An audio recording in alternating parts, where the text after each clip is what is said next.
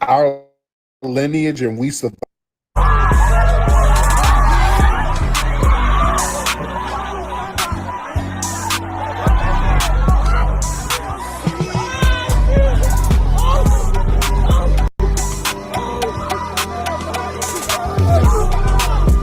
Did y'all see? There's a video. Did y'all see this video? I don't know what city it was in, but ICE agents went to this apartment complex looking for some Hispanics.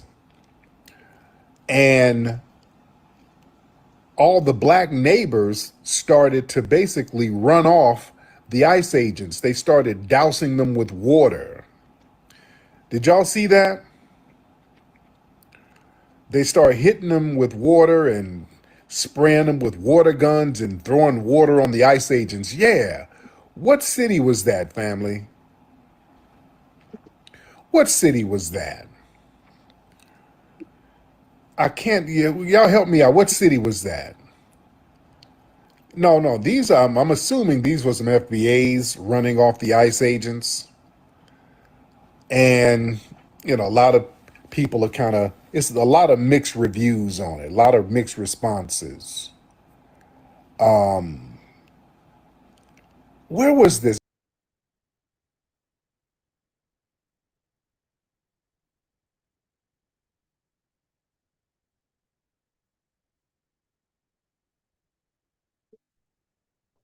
And like, oh yes, thank you for standing up for us and all that.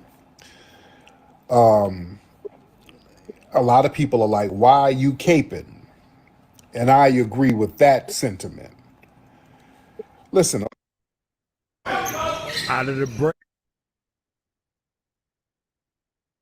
our lineage and we survived the absolute worst atrocities in this country, from slavery to Jim Crow and all that. We've developed a deep, almost instinctive empathy to anybody who faces any kind of oppression. So when we see a marginalized group being mistreated by the state, that triggers our own historic trauma.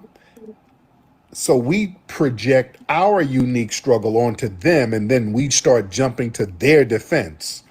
And then we forget that those groups, they don't possess that same empathetic mechanism for us. And our empathy is consistently weaponized against us. There's a case, I think, ain't this in Milwaukee, I want to say, where the dude got pew-pewed by the police. They shot this brother in the head, but he's Hispanic. This dude is a Hispanic dude who got pew-pewed, and the black community is really stomping hard for the cat. Because, physically he looks like a light-skinned black cat. But the Hispanic community ain't really stomping for this dude. It's the black community stomping for him. You understand? In Madison, Wisconsin, right. That's a Hispanic dude. But the black community is putting it all out there.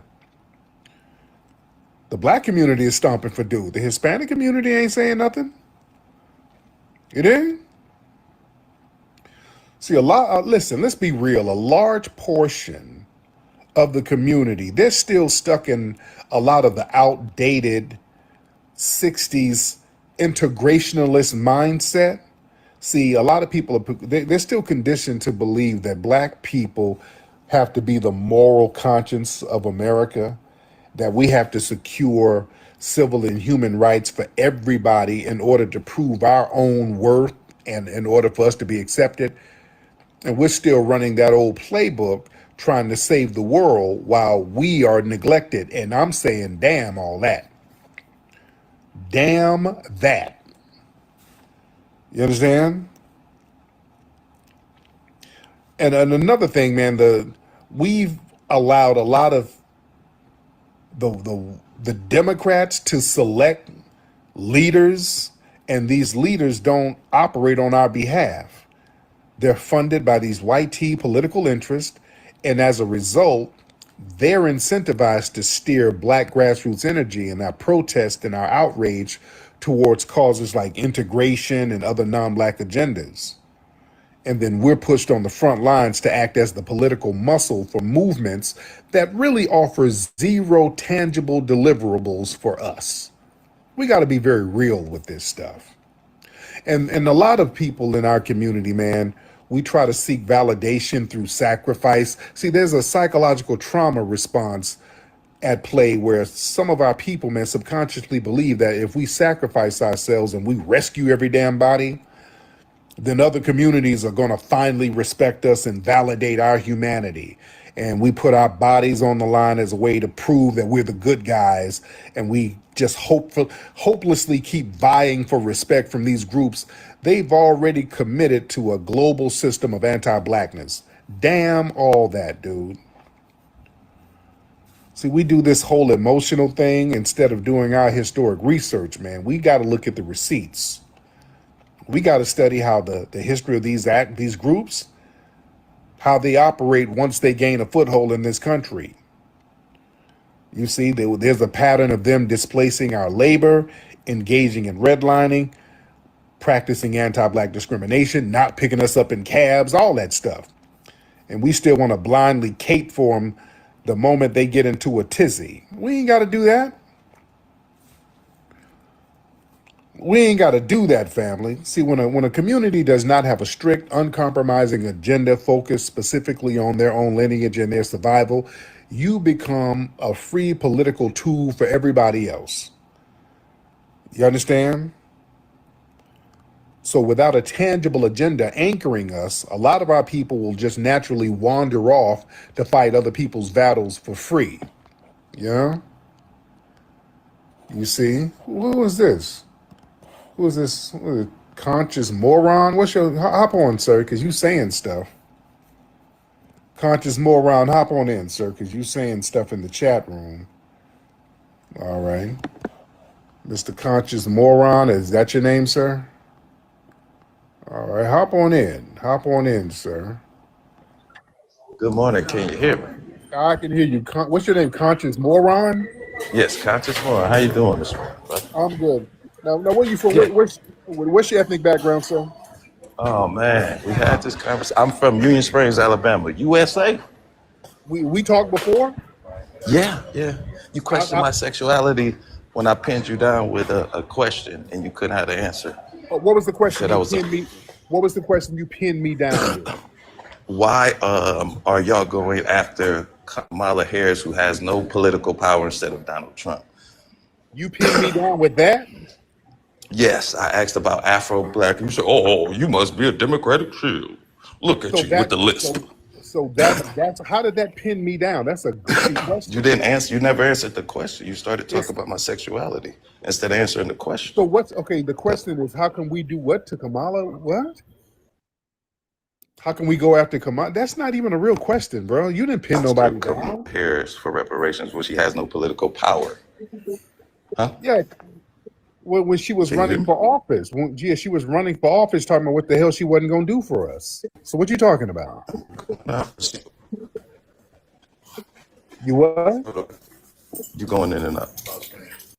No, I'm fine, bro. You at work. And, yeah, you didn't pin nobody down with that. That's not a legitimate question. Yeah, that you didn't pin anybody. So why you never answered the question? Why would y'all go after Harris instead of going after Trump? Why when you confront Trump? Nobody's going after anybody. Nobody's. Well, you acting like a punk because you acting like a punk now. But Black Alpha Network went to her book signing and asked for reparations from her. She has no political power. Why go to her and she has no political power? And you didn't even advocate for her. So why would you go to her to ask her for reparations?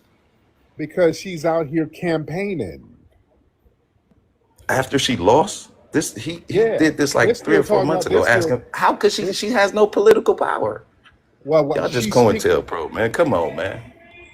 Okay, well, you just saying shit. COINTELPRO against what? But I'm not lying.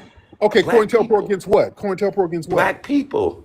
Well, how we stomping for black? How we stomping for black people? Anti-black. How we stomping for black? How we stomping for black people? But we're COINTELPRO at the same time. That don't make sense. We're advocating for Black Americans. That's why I literally said. That's why you don't go after Harris if you're advocating for Black people. Okay, you're talking in circles. That's what punks do. Why is she still stomping for other groups if she ain't got no political power? She's still talking up for immigrants. Who is she stomping for? She's still talking for immigrants. You mean if we're gonna have a conversation? No, but you're not gonna talk. Stop being a lady, man. No, you're being a punk talking over Act people like like a man women. and just. Stop being a It's hard for punk. you with that. Stop being a I know it's punk. hard with that man. Stop talking over me, punk. You just talking over me, talking about you pinned somebody down. You pinned some bussy down. You didn't pin me down, sir. Stop being a Your punk. wife is not bush. Stop being a Your wife punk, is a sir. woman. Oh, and but you know, a punk love talking about some women. Boy, y'all some women haters. Why are you talking about my wife? See, That's a Pink. punk. See, Why you Pink. I talking told about that's punks love talking about people FBA told wives. You want to be a me. Hold on. biatch so bad. I bet you put on a wig and dance around like Beyonce on your job, don't you? See, Pink. Sir. I want to show your. You be doing You single get pinned down. ladies. You got on some heels now. Have You to ain't answer. pinning nobody down. To You just answer. being a sassy punk. You don't. You're a Democrat See what I'm shield, saying? sir. You did it again. No, you're a Democrat This shield. again. It's Yeah, the you're a same thing. Democrat shield. It's the sir. same hustle, man. Sir, you a sassy Democrat shield punk that don't really have an argument. You just want to come up here and just throw crap out your bussy. Well, these punks always bringing up some women, talking crazy about women randomly. You're not going to do that. You're not just going to sit here and be sassy. I pinned you down. How come you said that about Kamala? Kamala's out here stomping for everybody. So if you're going to stomp for everybody, you're going to get questioned. Don't no heterosexual man stomp for Kamala Harris? You know you a punk. The hell you talking about? You know, y'all Democrat shields ain't gonna come up here with all that punk talk. Yeah, we're gonna question Kamala Harris. Yeah, you want to vote for her because she's stomping for LGBT and transgender stuff. So she does things to make your Bucci cat tingle. Yeah, all of us ain't punks. Yeah, we want to know if you out here stomping and doing all that cackling, what you gonna do for the damn community? You damn right we're gonna ask her what's popping.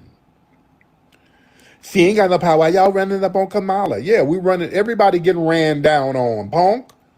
Y'all not gonna be out here just saying shit. Yeah, the community is gonna hold you accountable. You damn right.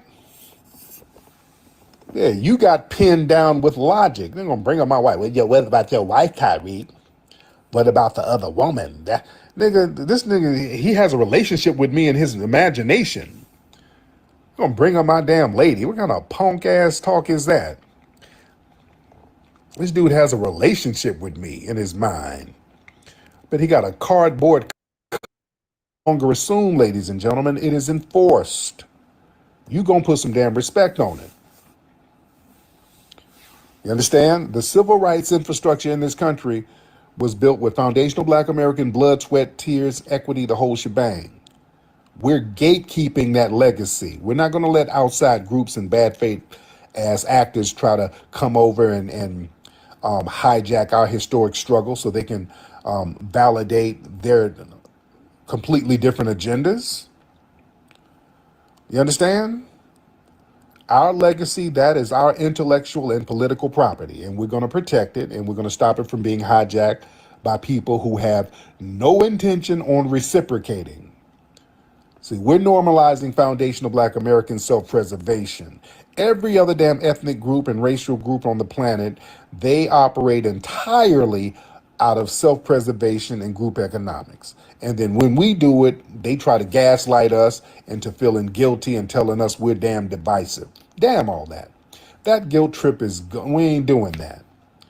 We're going to normalize our foundational Black American self-interest.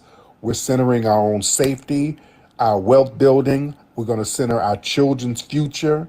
And that's not a betrayal of nobody. That's called survival. We're playing by the rules. You understand? We're not approaching the dominant society or none of these other groups as beggars. We ain't asking for no damn seat at the table. Foundational Black Americans, we are the foundation of American culture. We're foundation of the infrastructure. We're the foundation of the global influence. This is a new day, and this new day is about operating from our position of ownership, our position of supreme confidence, ladies and gentlemen. We know who we are. We know what we built. We know our damn value. And any group that wants to stand with us, you're going to have to earn that privilege. You understand? That's what it is right now. And the Democrat shields don't like that. The Democrat shields really don't like that because now when you come to us, we're like, okay, what are you going to do for this lineage? That's why the punks call up getting mad. Yeah, that's why the punks call up and get mad. Understand something, family. It is a new day right now. Foundational Black American, you're not a free public utility. You got to stop treating your energy, your protection, and your resources like it's a public damn drinking fountain anybody can come drink for free. Damn that. Your time, your energy, your influence, that's your high value currency. See, when you allow people to sit at your table without bringing anything that matches that value, you know what you do? You devalue your damn self. One-sided allyship turns you into a damn disposable utility. So when people are thirsty, they use you. When they are full, they walk right past you. You got to put a price tag on your damn presence and your damn support. We got to stop this old parasitic nature of this. People, we got to stop people from parasiting off our ass, man. This one-sided alliance, one-sided sacrifice.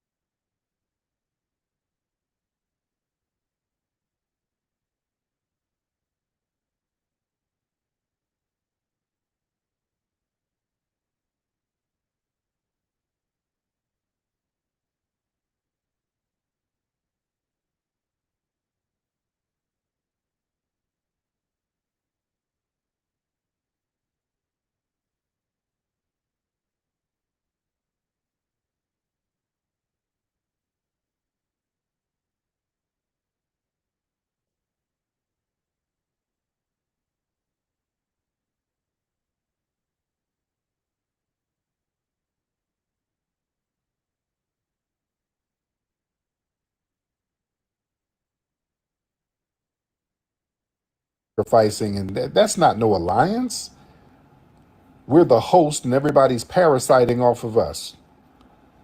You know, people, listen, people will disguise their opportunistic parasitic behavior behind words like solidarity and unity. They want to keep you docile while they try to extract what they need. See, the danger is that parasites, they drain the host. So if you're fighting battles all the time and you're funding their businesses and you're defending their honor while they offer nothing in return, they'll bleed your resources and just move on to the next victim. Understand something, man. Respect is dictated by leverage, not no damn emotion. All right? Nobody on this earth respects a person or a group that gives away everything for nothing. The dominant society, these outside groups, they only respect power, leverage, and boundaries. So when you demand that people bring tangibles to the table, you understand? You establish a boundary of respect. And if you don't enforce that shit, you don't enforce a standard of reciprocity and all that, you're signaling to the world that you have a low self-worth. See, that's why this delineation movement for foundational Black Americans is so powerful, ladies and gentlemen, because it's forcing respect. And they ain't used to that. Y'all can't disrespect us no more. That's what they don't like. Now, if you try to disrespect us, your ass is getting checked and getting taken up out the paint. It's a whole new day right now. People think we're bullshitting. This is why these people are crashing out over the delineation right now. Because foundational Black Americans, we've drawn a hard line that they ain't used to us drawing. It's ruffling their feathers. They don't know what to do. They've never been held accountable by us. We've exerted power on that ass. They thought we were playing. The political structure thought that we were playing. They sat up here and said, we ain't going to do nothing that's only going to benefit Black people. We told them, hey, you better give us some tangibles or your ass ain't get elected. And they thought we were bluffing. And we crashed out the Democrats. That's why the punks and the Democrat shills are calling up. Then people like Fat Joe. Remember Fat Joe got online talking greasy about foundational Black Americans. Oh, and what happened? He got booted off the BET Awards as the host and his album flopped. People thought we're not playing with people. Yeah, we're not playing. Busta Rhymes was talking greasy. His joint flopped. We're not playing with people. If you get out here and talk greasy about us in the lineage, things are going to go left. Yeah, we're making people get some damn act right. They thought we couldn't hold them accountable. Yeah, remember the Somalians were talking greasy? Y'all remember on Clubhouse 5-6 years ago, who are the main people talking greasy? Somalis and Haitians were on there talking cash shit. The Somalis were having mock slave auctions of us. Now look at them. All things done gone left up there in Minnesota and all these other places. Things have gone all the way left. Oh, look at the Haitians. Remember, the Haitians were getting on these podcasts calling us, we ain't got no culture, dirty black Americans. They were talking greasy for some reason for years. Now look. You understand? Now look. Things go left. Come on now. They thought we weren't going to hold them accountable and make situations for them a little sticky. People are getting up out the paint. Now you're forced to come at us with some damn act right. So it's a whole new day right now, ladies and gentlemen. Yeah? Y'all get your hands up, ladies and gentlemen. Yeah, and also there's a spiritual retribution too. Because we've stirred up the energy of the ancestors, ladies and gentlemen. So yeah, people are getting hit left and right from the physical realm, from the political realm, from the spiritual realm. Remember, right when Charlie Kirk was about to denigrate us, his last words on earth was him denigrating us. His very last words, right before his throat got taken out. It's a brand new day, ladies and gentlemen. It is a brand new day. So yeah, we're making everybody get some damn act right. You understand? See, we've elevated our mindset from that of a laborer to an owner to a producer. An owner doesn't sign a bad contract just to make friends. An owner looks at the analytics. You measure the risk and the rewards, and you demand a mutually beneficial transaction. See, you have to run your social and your political life like a high-level enterprise. If your potential partner cannot produce a measurable return on your investment, you cut it short. That's what we're doing with everybody.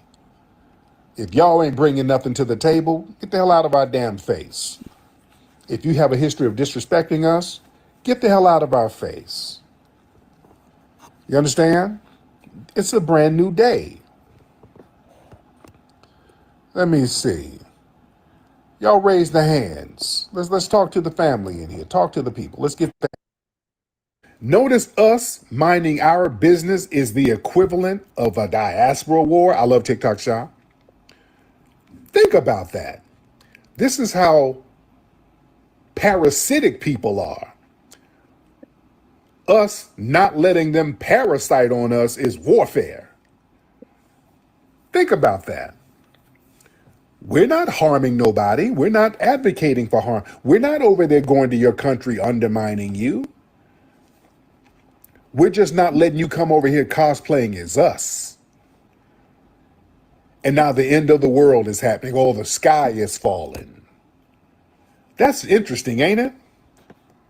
Ain't that very interesting? And I'm over here in Japan right now. You got Nigerians over here dressing like us. They're over here dressing like us, cosplaying as us right now. What's up, Crown?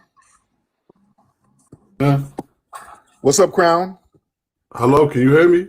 Yes, what's going on, man? Okay, not much, chilling, man. I just had this one thing to say real quick. You see how it's 1,000 people in here, right?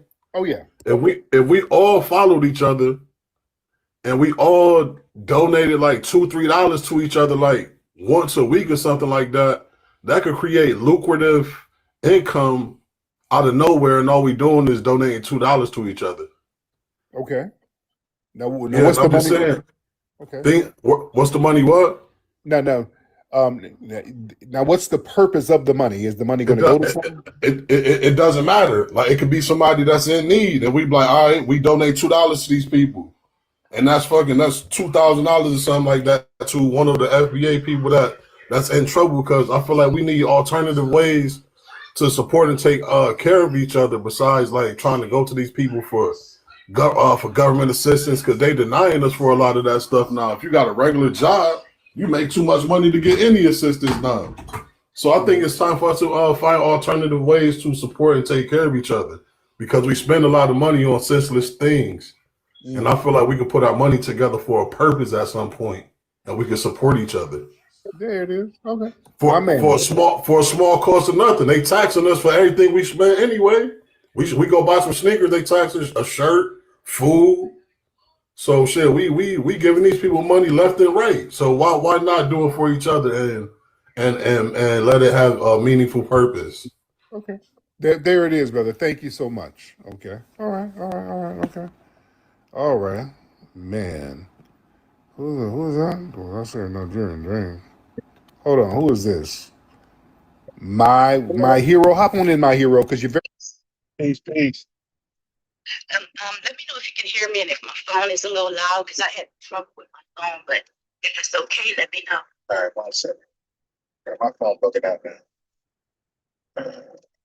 Yeah, the phone, the phone service.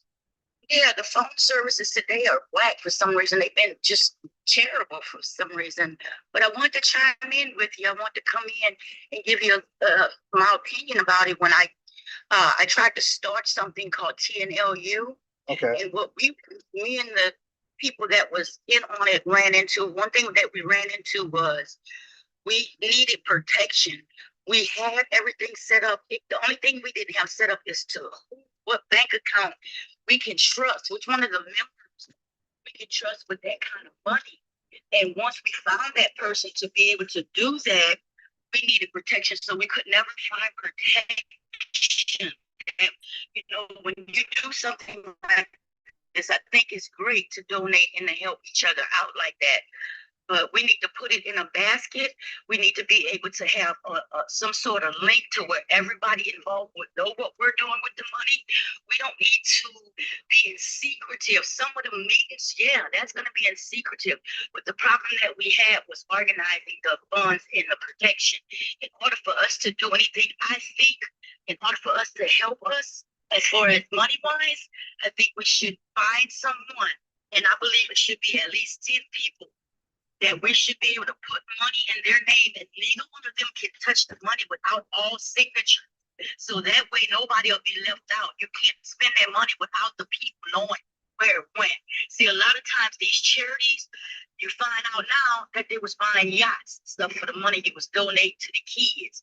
You find out they was buying homes and had boats and stuff all over the place. We need to put the people, and not the people that the government has picked, like the Al Sharptons and stuff. We don't need them. We need a whole new set of people that we all agree on, that we're going to trust with this money.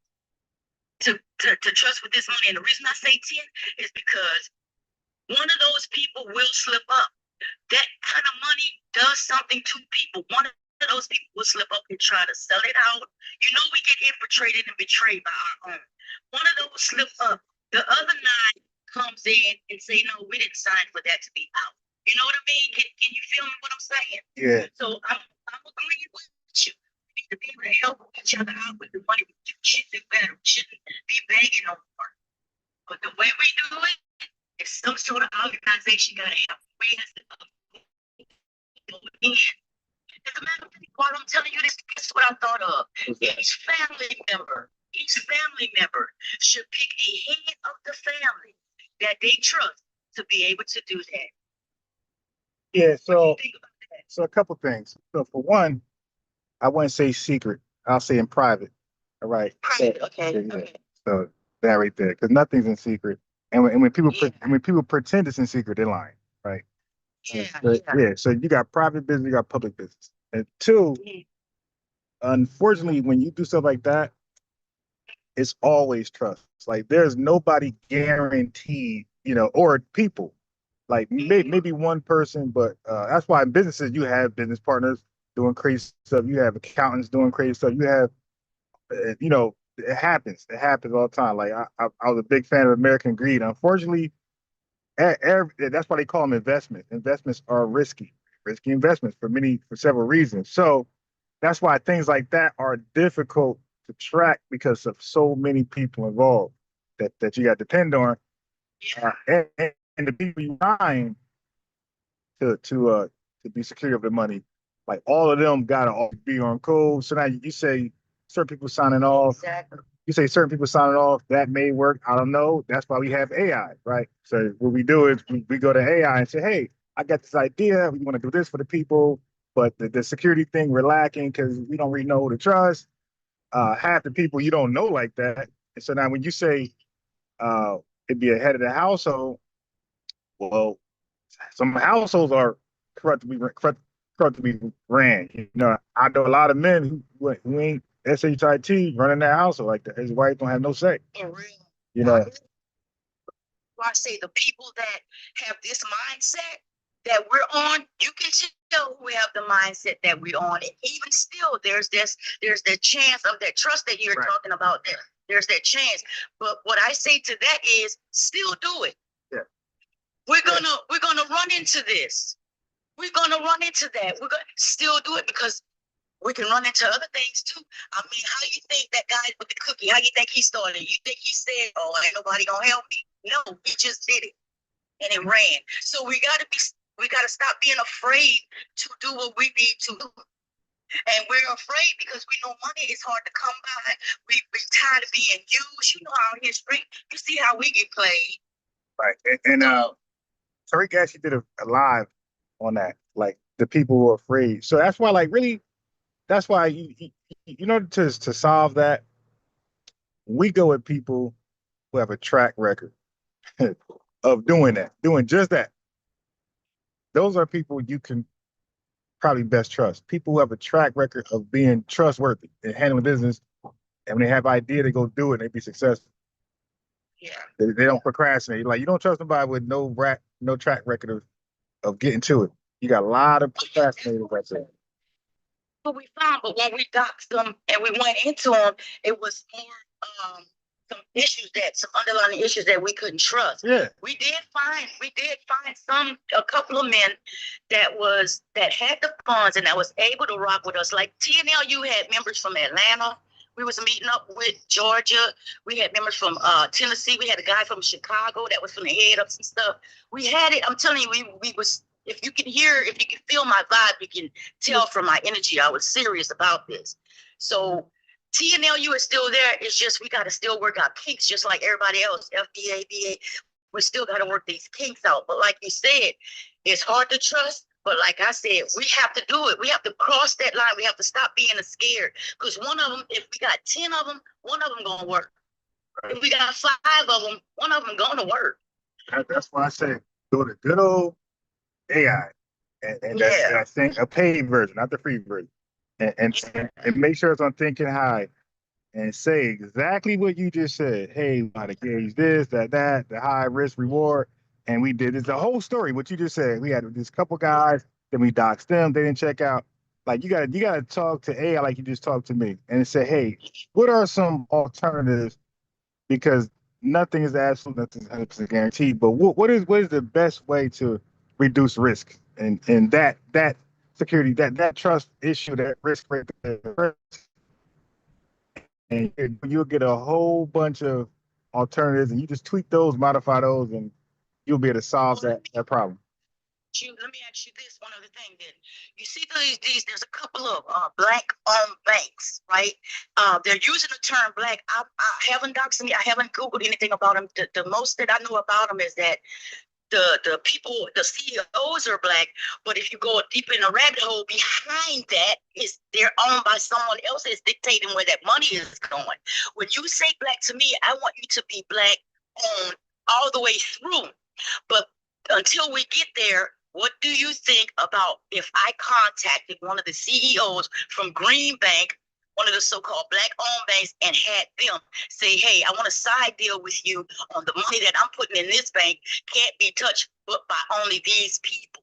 What you think about that? I know you say go to AI, but I'm just asking right now. We're just talking. What do you think if I did, contacted one of the bank CEOs and said, well, I got this plan that I want to do with these money, and I want my people to trust me, and they're not going to trust me putting it in my name in my account, but if I put it under the CEO of the bank, what do you think? What do you think about that? Just your opinion about that. All right. So remember, I said go to AI and do that. I would say add that to an AI in your search. But let me just on the fly. I wouldn't even tell them. I wouldn't even tell them the plan. Like I'll just contact them and say, hey, I got certain side money and I want to do like I wouldn't tell them my plan. I'll just tell them my concern with risks. I'll say, hey, how do you protect me against or us against the risks of people taking the money out too early and blah blah blah blah. I would say that I wouldn't, and then when they solve that answer, and then I will maybe have a question about something else. So I would like give them the plan in pieces where it's not straightforward because when people, if you get your plan, they can play with you. Thank you for that. I don't know why I hadn't ran into you. I've been doing this for like a year and a half now, trying to organize TNLU. We were on fan base, but they kicked us off because we were too blunt. We were trying to, get them back black because for some reason, they've been taken over, infiltrated. Everything we try to do gets infiltrated. I don't know why that keeps happening. We should know better. But yeah, I'm still on it. I haven't given up. I'm still on it. And anything that anybody else is trying to organize, I get on that too and share their stuff because things happen like this. You and I talking and haven't talked. I don't know why the algorithm haven't let us meet until right now. It's better. I mean, it's better now than later or never. But I'm just saying how the algorithm works. It keeps us apart. It doesn't want us to connect like this. See, the algorithm, and guess what? And a lot of people who grift to FBA spaces, who might be FBA, they realize the algorithm doesn't reward people with sincerity and honor, and they reward messy, dusty people. So they become messy, dusty people. So they create these FBA spaces that's toxic. They know the algorithm supports them because they just want to be seen. They get out there, poor babies just want to be seen. They want attention, and they become toxic devices for people. Bro, you're right. The algorithm support people who are serious and about their business. It supports the sloppy, dusty, toxic people. And even your thing says FBA News, ... There's multiple on Facebook. There's multiple pages, FBA News. Right. There's multiple groups, FBA this. And I got kicked out of several of them because I'm like, take the FBA off your name because we're not acting like that. That one group on Facebook, FBA News, they're putting black women down, showing body parts, talking about us. So I'm like, who the hell lets you show your face? You can't be FBA. What are you doing? This is supposed to be an FBA group, but you're putting all the black women down, saying all this derogatory stuff about. So who are you? Why are you doing that? Because I feel like we're trying to cut that out. We're trying to move past that derogatory shit. We're trying to filter that out. Guess what? I said this. What you say, I said the same thing. That's why I even came to TikTok to clean it up. And do you know FBA's got mad at me? Oh, who do you think you are cleaning up the space? Yo, you ain't. Yo, they got mad at me because I said I want to represent black excellence, not black dusty. And they got mad at me. They unsubscribed. They did all types. They chimped out on another level. No, I'm telling you, I go through it. My page, if you go to my page, they clown and they don't understand that I'm speaking up for us. I'm pointing out what's happening to us that they should already know. I'm trying to get you to think. I'm not trying to get you to all hate. Think about what I'm saying. They on that, where your baby daddy at? Where is it? I'm like, oh my goodness, why? What they got to do with right? But that's why I say a lot of FBA's got the tether spirit. I made that word up. Yeah, a lot of FBA's got the tether spirit. And guess what I do? You walk like a tether. You quack like a tether. You are a tether. I handle you no differently. I'm gonna let you go and get you some stuff going on because they finna hop up on you now. Soon, look, every time they see FBA, they finna come. Them tethers finna run you crazy today. I like it because I'm a content creator and all they do is add to the content. Exactly. So peace, brother, and good luck. Thank you. Yeah, don't forget that whole everything you said, even with the bank and the contacting them, put all of that in AI, hit enter, and then how about this? Tomorrow morning, call me up. I mean, come back on and tell me what it say. I'm gonna go pay for it because I didn't want to pay for it, but everybody say you pay for the paid chat TPP is better. Wait, well look, damn. Look, my Cash App is unbiased Ron, $ unbiased Ron. All right, so what you can do, you know you can cancel anytime. So look, send me a $25 Cash App request. I'll send it to you right now. So just pay for 1 month and use it for the whole month. You can cancel it. So then yeah. So I'll send you the $25 to do that research. Contact me sometime this week, tomorrow, whatever, in the morning, and let me know what. But send me the request. I'll send you $25. You can pay for it, or me, and yeah. Oh my goodness, I'm about to get on it. I'm so appreciative. I don't know the words to say to you. Yeah, well, unbiased Ron. Yeah, $ unbiased Ron. So ED, unbiased for the ED, Ron. $25. I'll send it to you, and go ahead and get the send me that. I send it to you, get the you know, get started with ChatGPT. I'll hit you up in your message. Okay. All right, bye.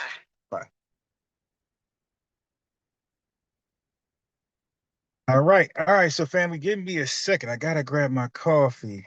Yeah. That's me. I'm a person who's with solutions, right? I'm a solutionist. I keep telling y'all that. And Tariq Nasheed made a great live that I got to do over, right? It's so many jewels in that. People like the toxic arguing when he does with Tethers. I like the lives where he be like giving game and inspirations and aspirations. Those are the lives I like. I like all the lives, but those are the one I like the most, right? I like, what motivates me is positivity, not negativity. People say, man, the hate motivates me. Oh, you different because the love motivates me. So, anyway, let me play a quick video real fast while I grab my coffee, and we're gonna invite other people up. So if anybody is in there, and so the topic, you wanna know the topic? We're talking about Noir, Noirr, Noir. That's the French version of a Negro slave. Okay, and somehow that's supposed to mean they're black. Okay, I don't know, but maybe y'all can educate me on that. So, but after this commercial, I gotta play a video, so y'all not sitting here on on a dummy man. So hold on 1 second. So give me about 5 minutes, get my coffee together. I'm at the store. I ain't about to bring this phone in there because TikTok on the phone, that thing loud as hell. And I don't want a tether coming on here chimping out and everybody looking at me like I condone that. Okay. And I ain't trying to cuss a chimping out tether out in public. Then I come there next day, something wrong with my coffee, tether encounter and spike my coffee. So I'd rather be safe.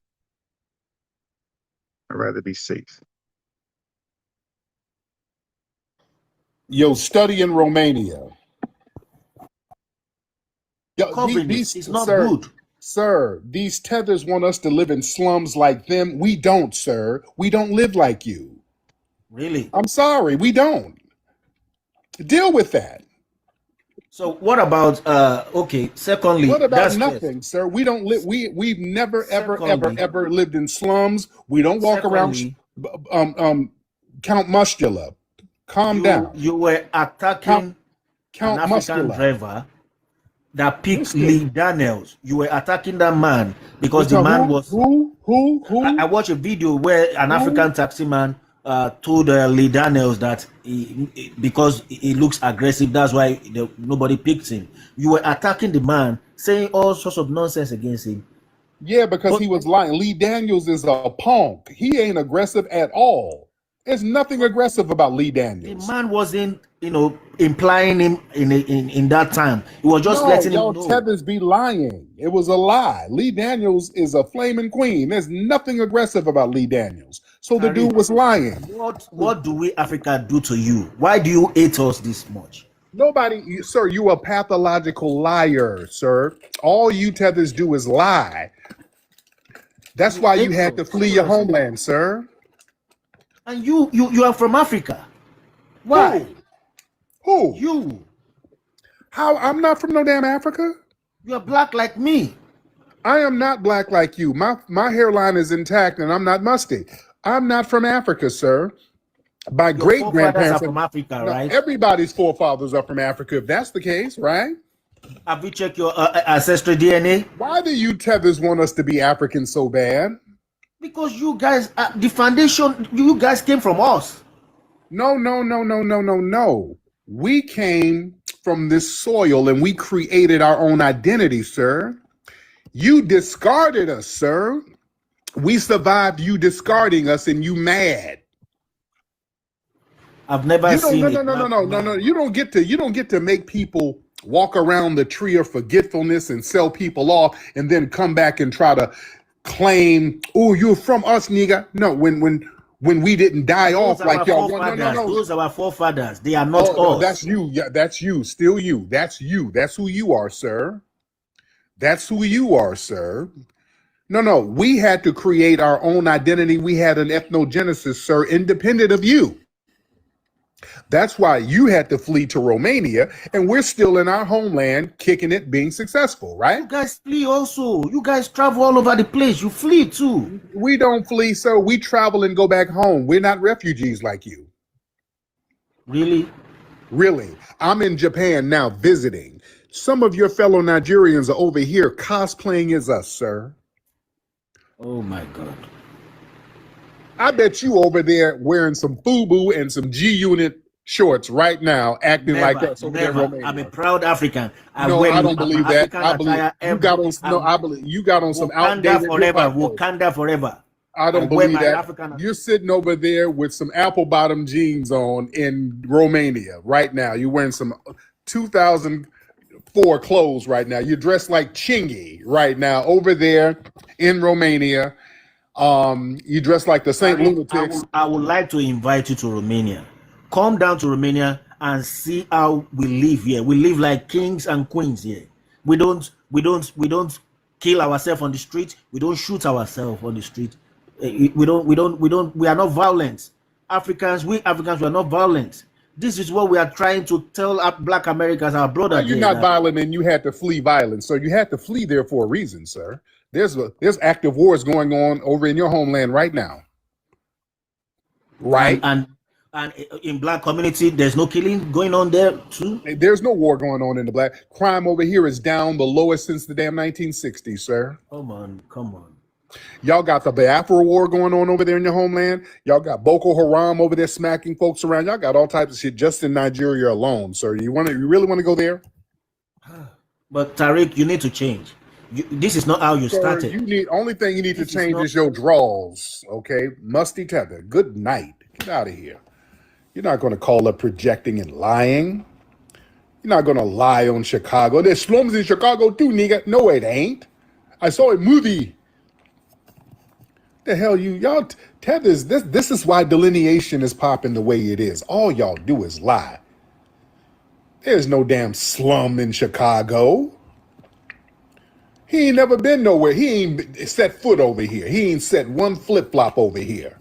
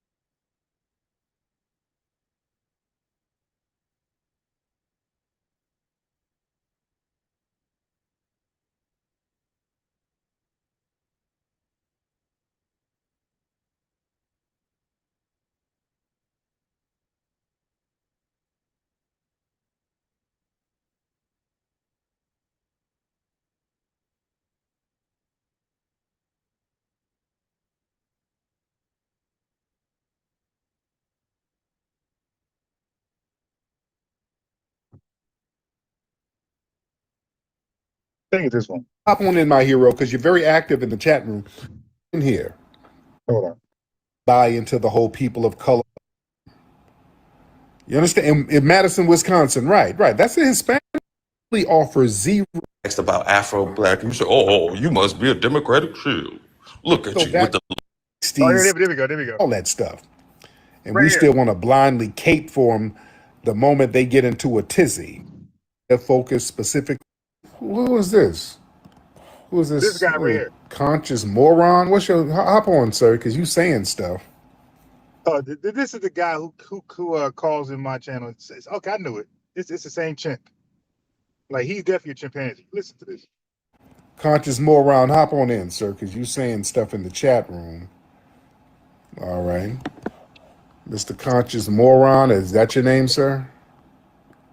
All right, hop on in, sir. good morning. Can you hear me? I can hear you. What's your name? Conscious moron. Yes, Conscious Moron. How you doing this morning, brother? I'm good. Now, where you from? Yeah. What's your ethnic background, sir? Oh man, we had this conversation. I'm from Union Springs, Alabama, USA. We talked before. Yeah. You questioned my sexuality when I pinned you down with a question and you couldn't have the answer. What was the question Said I you was pinned me? What was the question you pinned me down with?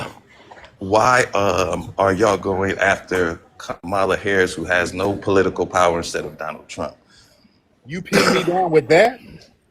Yes, I asked about Afro-Black. You said, oh, you must be a Democratic shield. Look at you with the list. So that's how did that pin me down? That's a goofy question. You didn't answer. You never answered the question. You started talking about my sexuality instead of answering the question. So what's okay? The question is, how can we do what to Kamala? What? How can we go after Kamala? That's not even a real question, bro. You didn't pin nobody down. Harris for reparations when she has no political power. Huh? Yeah. When she was running for office, she was running for office, talking about what the hell she wasn't going to do for us. So what you talking about? You what? You going in and out. No, I'm fine, bro. Say You it at one more work. time. Yeah. You didn't pin nobody down with that. That's Yeah, not I'm a at work. What did legitimate you say? question. Sir.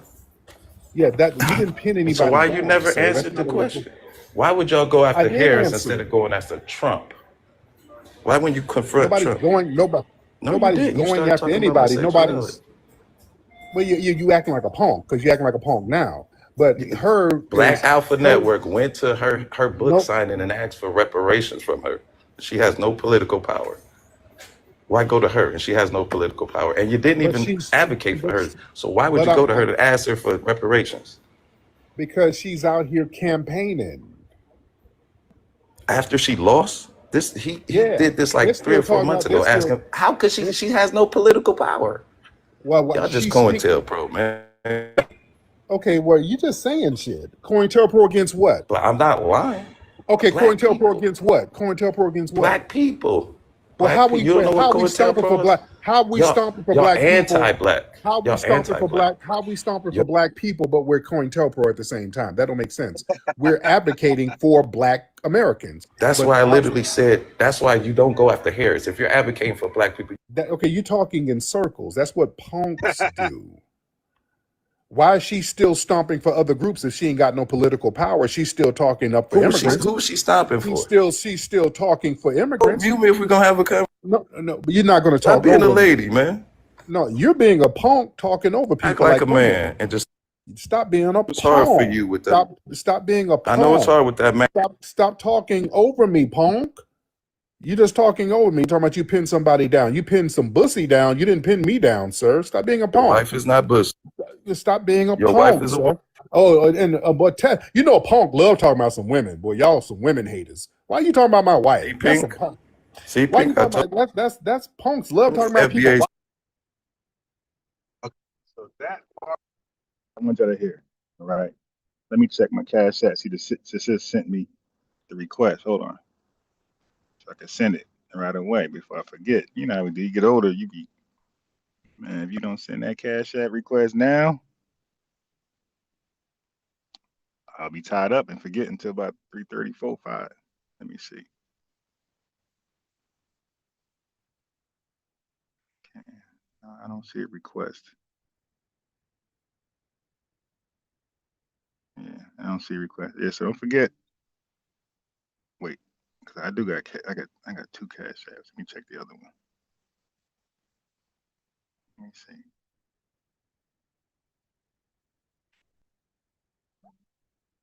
Yeah, I don't see a request. All right, sis, don't forget to send the request. $25. I got you. So you can go ahead and use go ahead and use it. Get your chat GPT on. You dig? You're gonna love it after that. You're gonna love it after that. You're gonna be stuck. Okay. Yeah, but I don't see. Okay. Okay. Okay. Anyway, so what I just played to you was the average summer tether. This happened to me yesterday. About 3, 4 gorilla tethers called in, chimping out. They'll ask you a question. They'll claim you can't do something or you're running, and then when you go to engage them, they'll just talk over you, and then demand that you be equal to them on your platform. Like, yo, you called in me as a guest. Like, why? No, I'm a host. We're not equal. Thank you for the question. Thank you for the challenge, but I'm going to accept your challenge on my terms. Like, you got to know that when you call somebody space and invite yourself to somebody's space, you're accepting their terms and conditions the way the conversation is going to go. Like when I call in different spaces, when I call in Star Report, when I call in different spaces to have dialogue, I don't call there saying, "Hey, we're equal. Let me talk. It's my turn now." Like a tether. I sit there and wait for my turn, and I be strong, not long, and then but to the point, land my plane, and this might go again. You dig? So when I called in the Star Report, he was highly impressed the way I delivered a message, landed the plane, waited for my turn again, did the same thing. You dig? A tether will gaslight you. A summer tether. Hold on.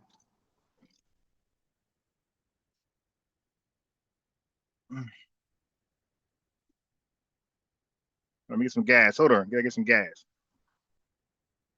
45 regular? 45. 45. Yeah, 4 or 5. Yeah, yeah. All right. So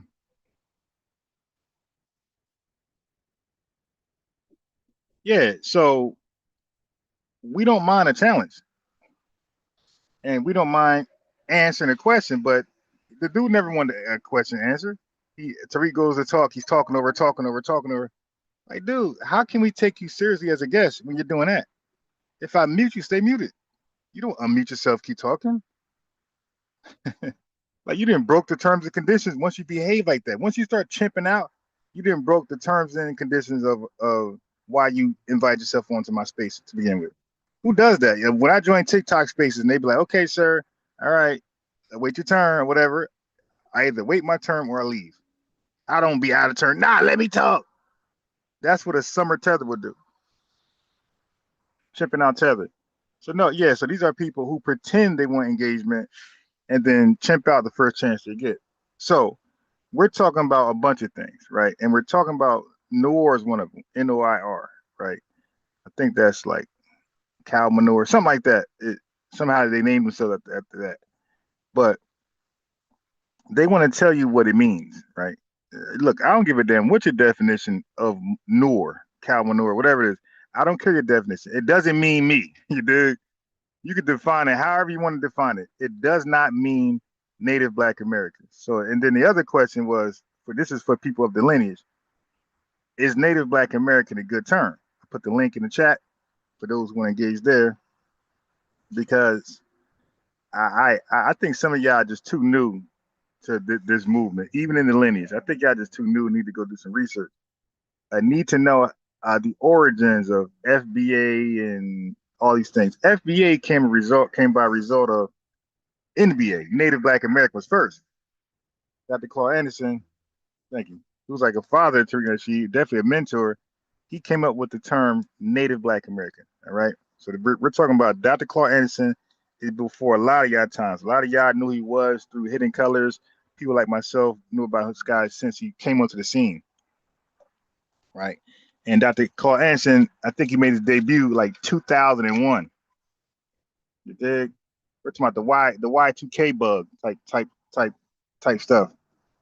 Okay, yeah. When he dropped Powernomics, like I had the DVD, by the way, in real time. Like I didn't buy like 1,000 years later like you guys did.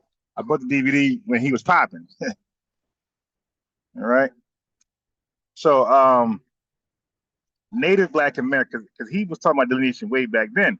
He was talking about immigration way back then, right? And he was talking about we need a gatekeeping language, a gatekeeping culture, where we keep outsiders out and we control it. He gave examples. He said Hispanic community can do that. They can gatekeep with their language, right? And other people with different languages can gatekeep with their language. He said you can gatekeep with your culture, right? So so he said Native Black American. So he used that delineating term way back. So now she liked Native Black American, right? He said the reason why he didn't go with it because he thought it confused the public on who we say we are. Okay, so he thought Native would be it'd be a confusing term, so he went with FBA. So you got to know that. A lot of people hop on the line. These FBAs who just got here yesterday. Yo, a guy left me a comment yesterday. Yo, I'm biased, Ron. Why are you forcing this new term on us? I went to read what the new term was. He said native. Like, what? That's not a new term you nitwit.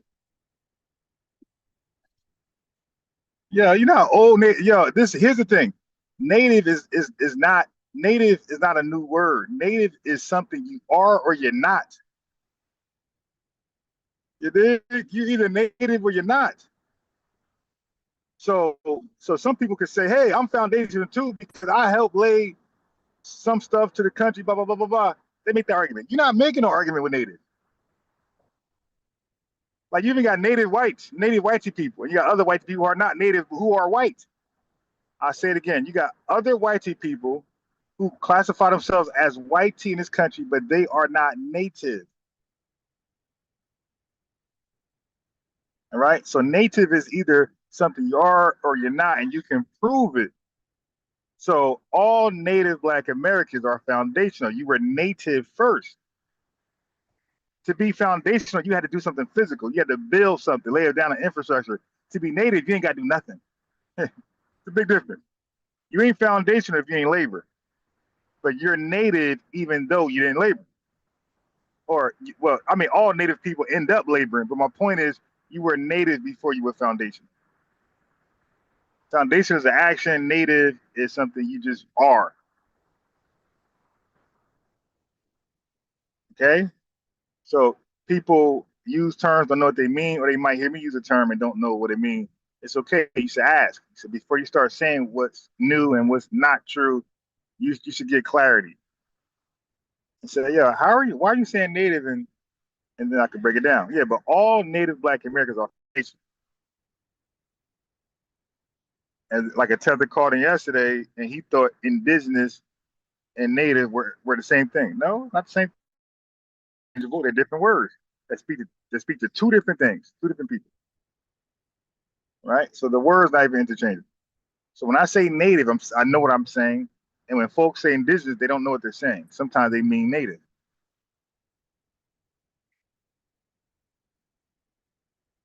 Right? So it's not me, it's you. You don't know what you're saying. You're the one confused on what words mean, not me. Okay. So South Africans are, I mean, everybody in the world everybody's black now. Every African booty scratcher in this world is black all of a sudden. At one point, just like 5 years ago, they told us if you are black, that means you don't know where you're from. You don't have a homeland. They told us if you say you're black, that means you don't have culture. So black was equivalent to home nomads, right? People who don't have a home, and black was equivalent to no culture. That's what we were told. Because they were trying to scare us away from black to accept African. When that didn't work, and we started to delineate. So what delineate meant, what they found out the hard way, delineate meant your hopes of us being African, kiss it goodbye. Okay, so when they realized, oh damn, So they're delineating. That means they're never going to accept African. Okay, cool. So all right, so let's drop that agenda, try to make them African, and let's just make us all black. Let's get them that way. We try to reclassify them. Since that ain't happened, let's just dilute them. Everybody become black. So now you got black South Africans. Now you got black Haitians, whatever that is. Noir Haitian. they start digging up words from the grave. Yo, I'm Noir. Okay. Nice to meet you. No, Noir means you. No, the hell it don't. Noir don't mean me. Noir means you. Black means me. And to be more specific, Native Black American means me. Noir means black. Do Noir mean Native Black American? No. Okay, okay. You're not me. I mean, what was the point of saying that? You dig? Like, let me know when that word means Native Black American, then you onto something. But I don't care how you define that word if it didn't mean Native Black American. You. Nobody wants to be them now. Everybody want to be black. So you got the Noir blacks all of a sudden out of nowhere. Never in their life I heard a Haitian say they're Noir, but now they're Noir. Ever since 2024, they're Noir now. Okay, whatever. Then you got the black South Africans. Then you got the black Brits. Like now, the black Brit. Now that's the most funniest term. It's like, God, yo, y'all are desperate, yo. So nobody's African. Just yesterday, they're trying to make everybody African, especially us. Now that we're delineating, and those African dreams are over. Now everybody's black now. So they say, all right, let's just dilute through inclusion. So everybody's black. So a black Brit is like the most funniest term ever. Like, yo, what the HELL is that? Y'all just making stuff up to cosplay and try to backdoor. What is a black Brit? Oh, it's a bunch of Nigerians and Africans and Caribbean folks coming together and dropping their identities and creating this new one out of nowhere. The same people who reject ethnogenesis is trying to forge one. Okay, so when a Nigerian become an actor or actress and as he migrates to the UK, he's not a great Nigerian actor. He becomes a black Brit actor. What? So if a Nigerian moves to immigrates to the UK and becomes a teacher, he's not a Nigerian teacher, professor. He's not a Nigerian doctor. He's a black Brit doctor. So I'm like, well, what's the difference between a black Brit and a Nigerian? Like, why are they taking on this new name when they move to? Like, why do tethers do that? Why wherever you move to, you become that? So when Tariq's talking about a parasite and it's attached to a host and suck it dry, it's like, what? So, and then Yvette Carnell pointed out that the real black Brits are foundational black Americans because they say, check your DNA. Okay, in our DNA, we got Brit blood.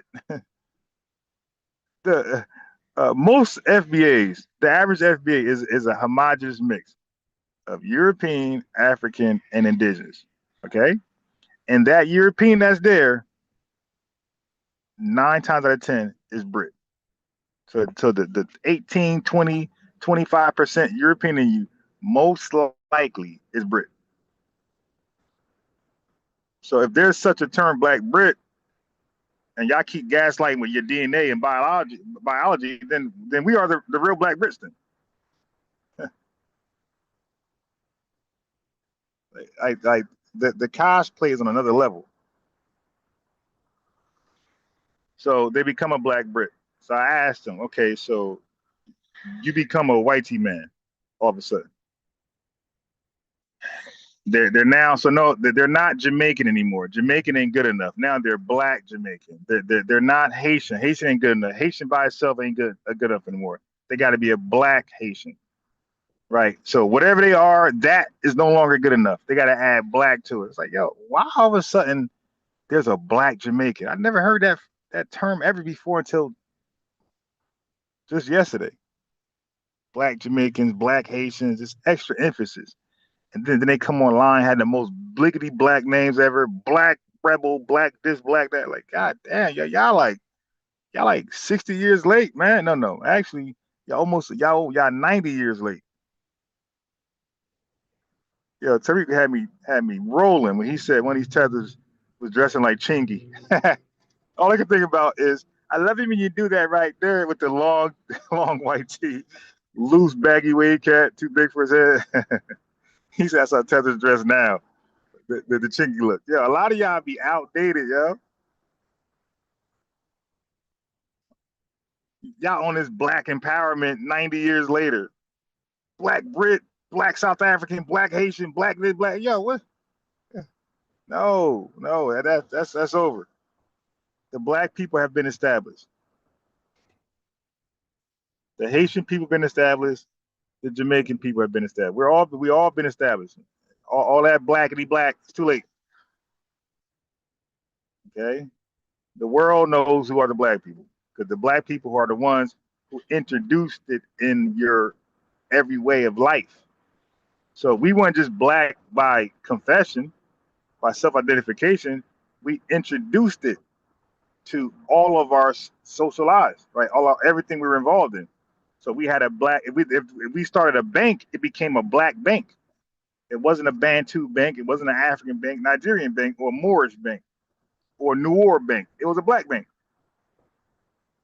When we dealt with economics, black economics. If we had a religion, it had a church, black church. If we went to school, the school was called black school. It wasn't called New Orleans school, Moorish school, Bantu school, or African school. It's called black school. And music, black blues, all that type of stuff. Black love. Our love was black love. Black kids, black family, black pregnancies, black marriages. You feel me?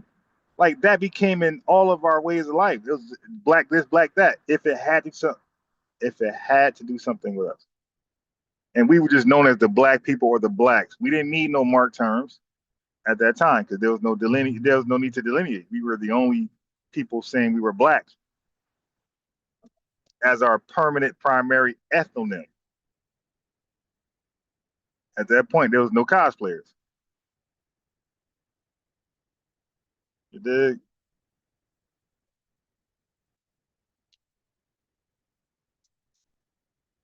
There's no need to delineate. So we were not even black American.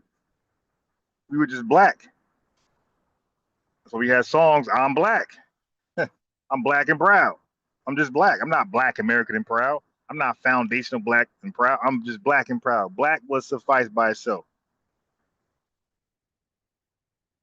Until we start to see folks around the world hijacking black for their own personal gain, we had to start adding marked terms to our black.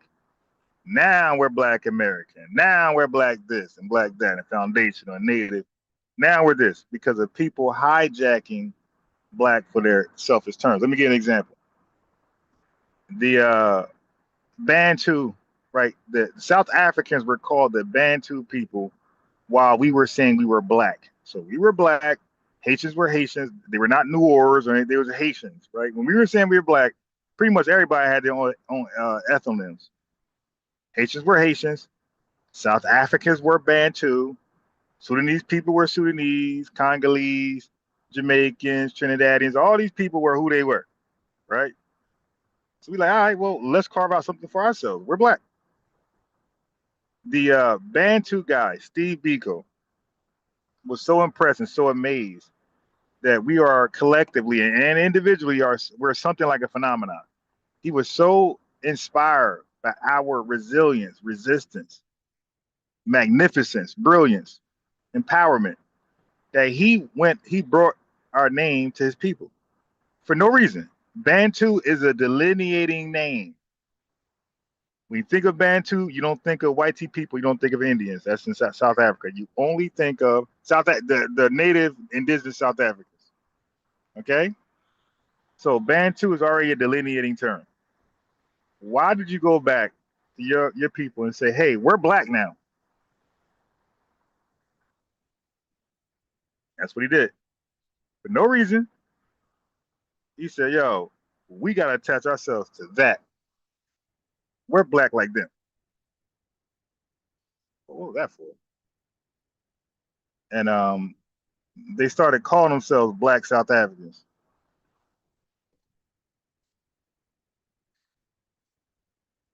Okay. And then the same guy, what's more hilarious, the same guy, Steve Biko, he is called in South Africa, he's called the father of Black is Beautiful. Black, like all the stuff that we did over here, like he's known, he's known as that guy there. It's like, wait a minute, you're not the father of Black is Beautiful. That's Dr. King. You're not the father of Black, I'm Black and Proud. That's James Brown. You're not the father of Black Power. That's Richard Wright. You did? Like they literally went there and made up their own father of blackness. Y'all can Google that.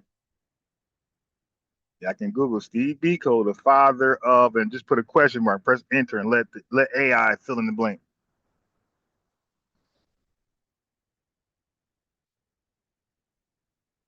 You dig? No reason. Already was known as Bantu. You can't be more African than the word Bantu. But today they're Black South Africans for some reason. Okay, so what I'm saying is we should start giving them a dosage of their own medicine, which I'm leading the way with. When they run from being who they are, let's just tell them what they are. For example, when somebody say they are a Black Brit, ask them what their DNA say. like they tell you, you're a Black Brit. You took a DNA test, bro. You're African. You're African. You dig? Same way, same energy. Now you ain't a Black Brit. You know what I mean? You ain't a Black Brit. Did you do a DNA test? What did it say? Did it say Black Brit or African? Okay, you're African. Yeah, you don't get to re-identify, hide, and all that type of stuff. No, be proud. And that's why I'm saying all these African nations, the West Indian nations, they need to have a Haitian and Proud song. They need to let's do a challenge, a remix of James Brown challenge. I'm Haitian and proud. I'm Dominican and proud. I'm Bantu and proud. You dig? I'm Burkina Faso and proud. So people can just leave Black alone and be proud of who they are. Stop cosplaying and be proud of who you are. Like there's no such song where they're proud to be from the country you're from. But in this country, they'll have the flags all around their car. Like for example, this one person had the Trinidadian flag all over his car, his social media flag, this, flag that, tattoos of the Trinidadian flag and everything. And then when you go to ask him what he is, you think he'll say Trinidadian, right? Nope. He'll say Black. It's like, well, where's the Black flag and the Black tattoos and the Black, all this Trinidadian stuff just to say you're Black? Like, yo, it's ridiculous, man.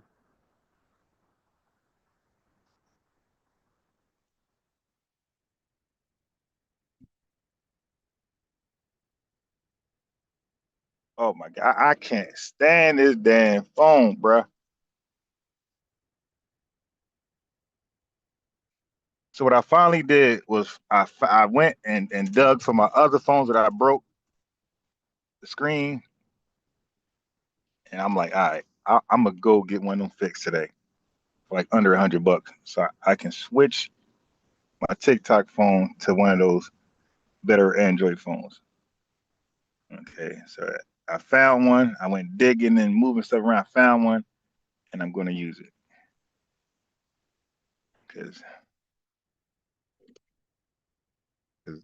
the phone I'm using TikTok is so outdated, so old. It's like I got it from South Africa somewhere. So outdated, man, and it be bugging out.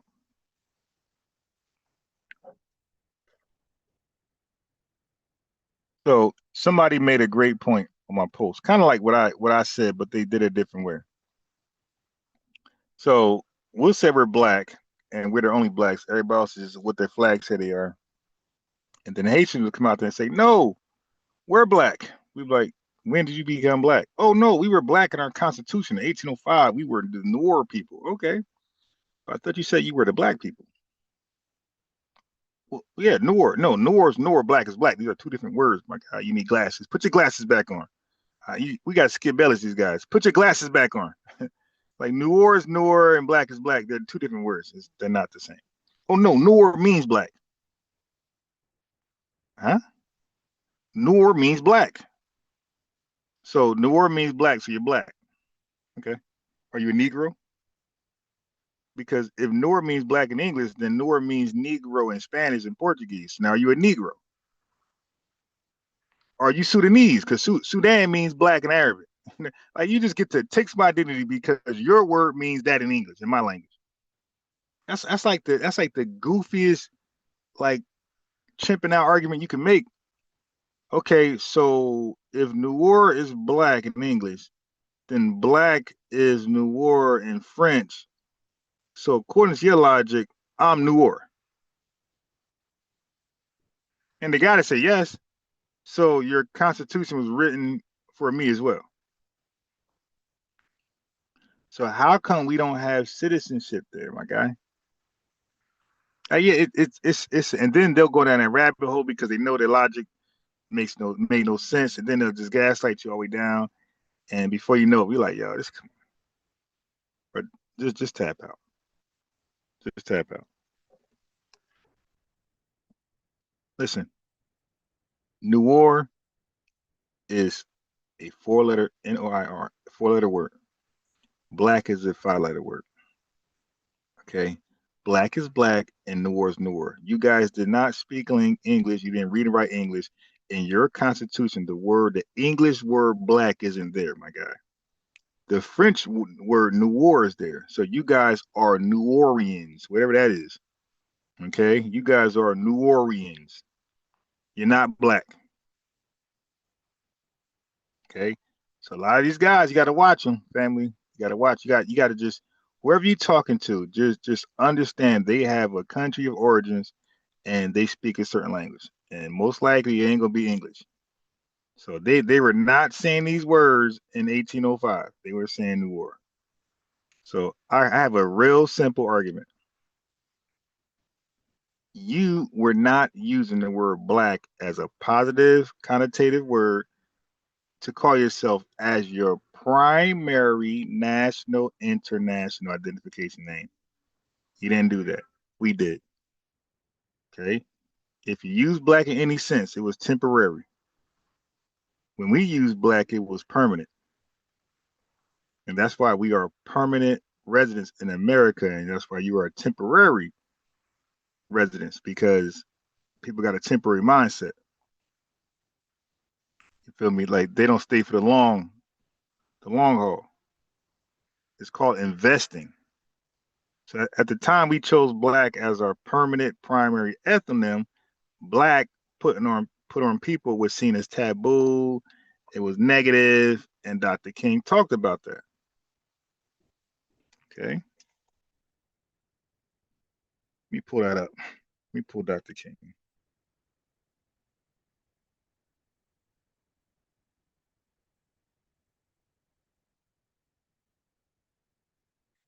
Let me pull Dr. King up.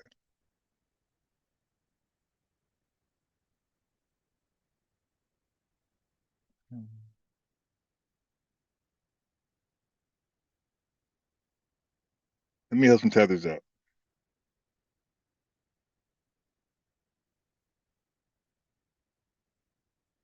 Dr. King. All right, so I want y'all to listen to the context he's saying it. Okay.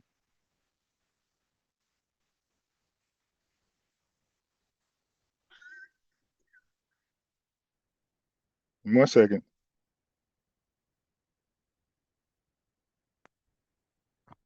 So mine, this is like 1957. Listen to this.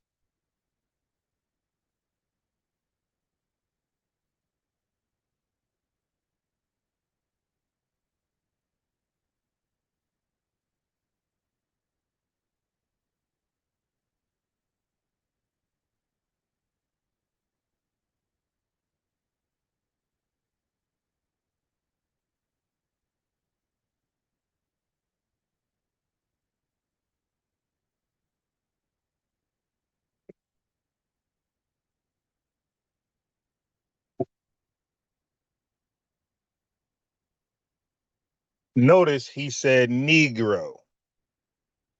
He didn't say African.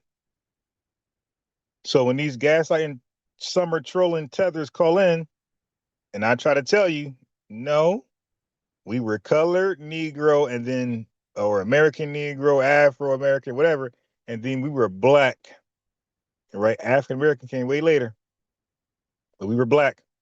And we were black before anybody was black. Just like Haitians were Haitian before anybody was Haitian, and Jamaicans and so forth and so forth. You dig? But he said Negro. So Negro was a common term at this time, family. We are revolutionizing black right now. At this time, black has became the new delineating term. And the grassroots is pushing it. But Negro was the word. So he said Negro. Let's go.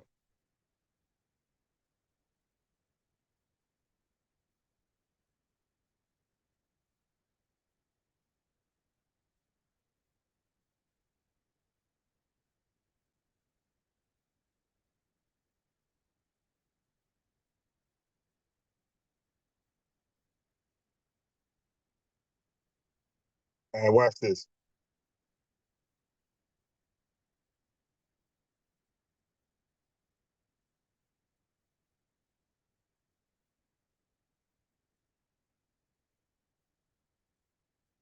So this same message I want for the people of the diaspora in Africa. Stop being ashamed of your homeland. So we ask you where you're from in our spaces. We mean your homeland. We don't mean what state you're living in, what temporary status you have. We're saying or your origins, your ethnic background. Where you from? We know you're not native Black American. You feel me? So we want that. So stop telling us New York, Florida, and Alabama, and just tell us your country of origin. Right? That's all. Haiti, Jamaica, Nigeria, Ghana. That's what we want to hear. We want to hear. We don't want to hear New York or Florida. All right. When we ask you where you're from, and that's how you know they're off code. Like, yo, y'all don't even know that. We're asking about your homeland. We're not asking what state you currently live in.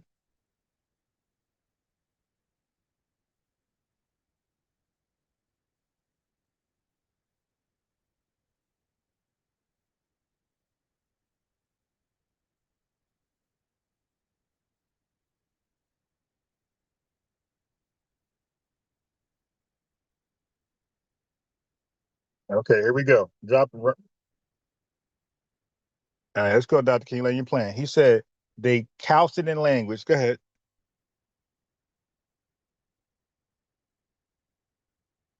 They made everything black ugly and evil. This is why we know for a fact nobody on earth besides us was calling themselves black because they made everything associated with black ugly and evil. So nobody on earth was calling themselves the ugly and evil people because that's what it would have meant in Western controlled, colonized, and slave societies. If you called yourself black, they'd have loved that because that meant that you were ugly and evil. Dr. King is articulating. They made everything associated with black, which means he means dark skin, ugly and evil. So when the French went around calling people Noir, that meant ugly and evil. When the Portuguese and the Spaniards went around calling people Negro, they were calling you ugly and evil. When the Arabs called the Nubians Belad al Sudan, they was calling you ugly and evil dark skinned people. Okay, it was no compliment. So when people impose labels on you, when outsiders, when your ops impose labels on you, it's not pleasant, not a compliment. It's going to have an ugly and evil, dehumanizing, humiliating context. That's common sense. Okay, we do it now. You get mad at somebody and you don't want to call them by their name, you're going to give them an ugly name to call them. It won't be a compliment when you're mad at somebody. Okay? So when the white people went around calling people Noir, Negro, Sudan, it wasn't complimentary. It didn't mean, wow, you're a strong, dark version of us. No, it was ugly and evil. That was the context. That was the application of the word, regardless of its Webster transliteration definition. It's called the application, the context of the word, how it's being used. It wasn't pleasant. Listen,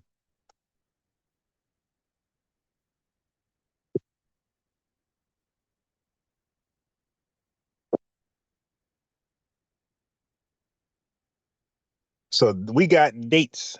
1967. Look at your dictionary and see this synonym. So nobody was calling themselves black. That was a taboo word. So we know Haitians were not doing it and nobody else. Go ahead, doctor.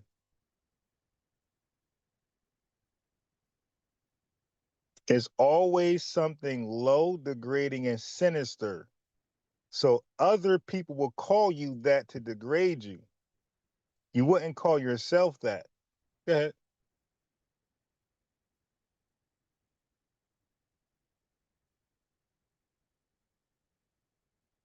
Now, Dr. King is going to explain something to you about empowerment, self-empowerment. How you can change a word that has an ugly stigma on it, evil stigma on it, and make it positive when you are those ones. Listen.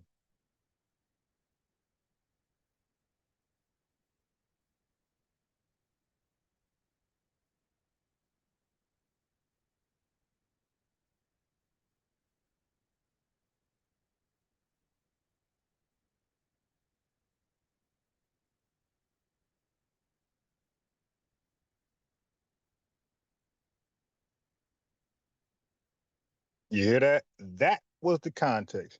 We took a word that had an ugly, evil, sinister, degrading connotation on it, context on it, and we literally transformed it to a beautiful, self-endearing, self-respectful word that now the entire world is cosplaying, trying to hijack it. That's what we did. So when I say you're not black, you didn't call yourself black because you knew to call yourself dark, to look at your skin and label yourself after that. You were taking on a colonizer connotation. Okay. If you were dark, you didn't look at your skin and call yourself dark. That was normal to you. Like you wouldn't even see the matter of fact, you wouldn't even think you're dark. You would think the next person dark because it's so normal to you. Okay. So it would take an outsider to recognize your indifferences and say, hey, look how dark they are. But when your outsiders said that, they try to enslave you afterwards. So they enslaved you because you were dark. All right. And they justified it by saying, because they're supposed to be religious people, they justified by saying you were cursed. Okay, and all other type of stuff. But your skin color was the mark of the beast, basically. It wasn't an angelic blessing. They seen it as the mark of the beast. This is the cursed people. These are the people the Lord told us to go enslave. Look at their skin. The Lord made it easy for us. We don't gotta look at their forehead for 666 or the back of their neck, or pull up their sleeve and look at their arm. Look at their skin color. The Lord made it easy to identify these folks and enslave them. Okay, so we took black Americans took black from a negative, ugly, connotative word, and we put it on ourselves, and we applied it as something beautiful, resilient, powerful, brilliant, et cetera, et cetera, et cetera. You dig? And history goes from there. So that same speech, that same year, Dr. King said, I'm black and I'm beautiful. Melvin Charles introduced the Black American Heritage flag for those black and beautiful people. All right. Now you show me somebody else who was talking like this before us, speaking English and using English words, saying black is beautiful. I'm black and proud. Black love, black power. I'm black. And that's my name. My name ain't Negro. My name ain't African. My name ain't Moor. My name ain't Noor. You dig? My name is Black.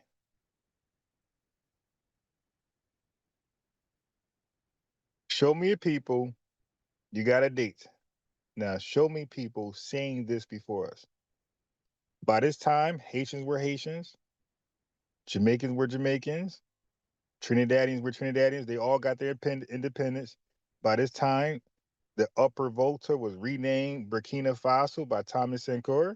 By this time, or a little bit later, Kwame Nkrumah took the Gold Coast and renamed it Ghana. By this time, Steve Biko listened to that speech and started to rename and self-impose our name on the Bantu people of South Africa.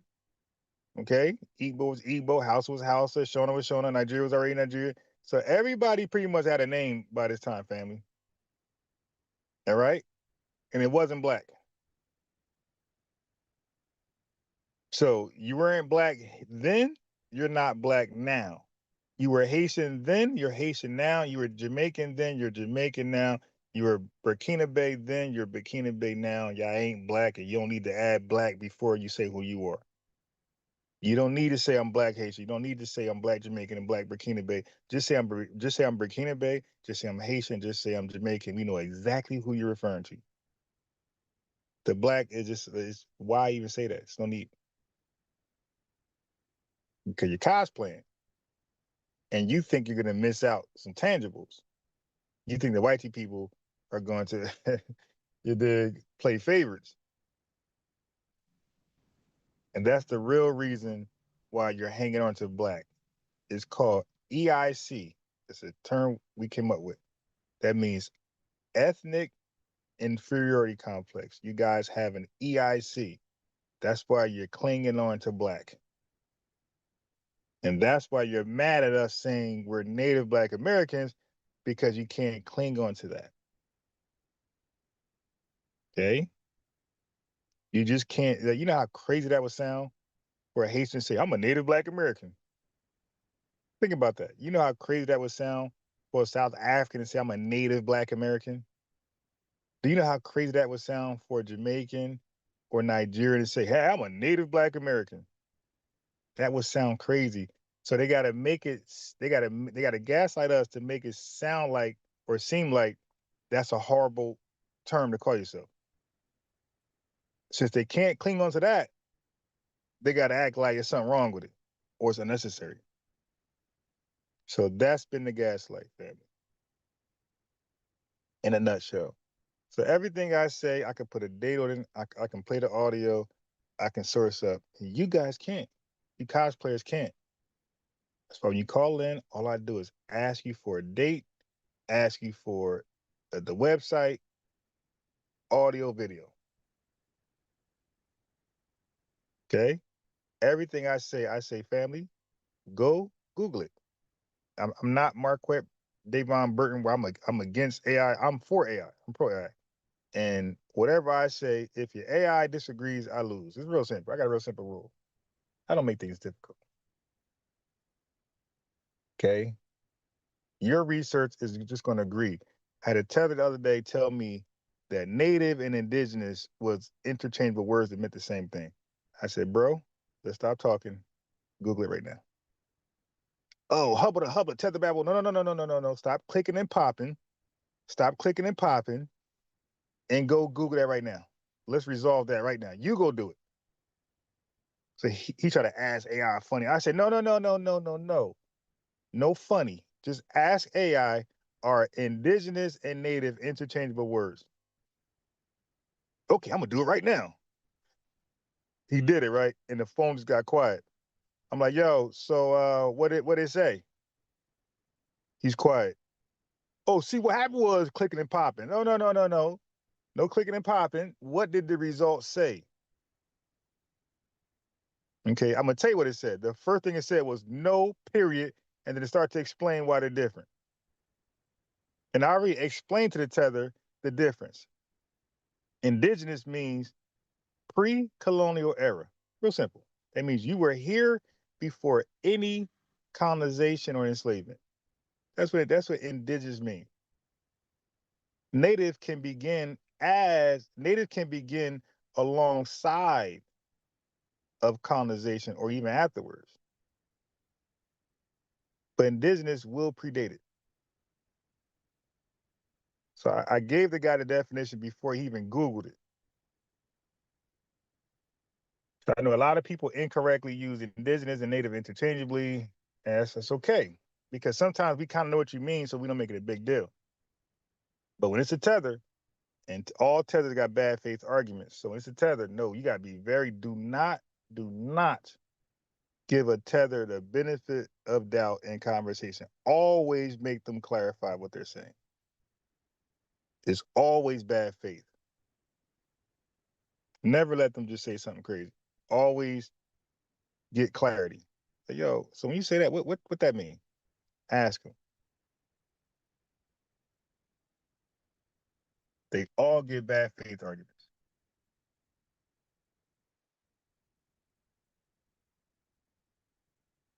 So we ask, what is a black Brit? What is that? What is a black South African? What is the difference between a black South African and a South African? What's the difference between a black Haitian and a Haitian? So it's just redundant. Like, so why are you saying black? Just say Haitian. You said Haitian your entire life. Your flag is called a Haitian flag. You are a Haitian. Deslean said you're Haitian, but all of a sudden now in the 2020s, you're a black Haitian all of a sudden. I mean, the cosplay is ridiculous. Like we can show receipts that fast. Like, yo, when did you become a black Haitian? I recall black Haitian being in your lexicon in Haiti. These guys are so afraid of the Trump administration. They start to everybody became black. You can't find an African nowhere on this earth. All that you were African, you were African. Check your DNA. That talk is gone. Everybody's black.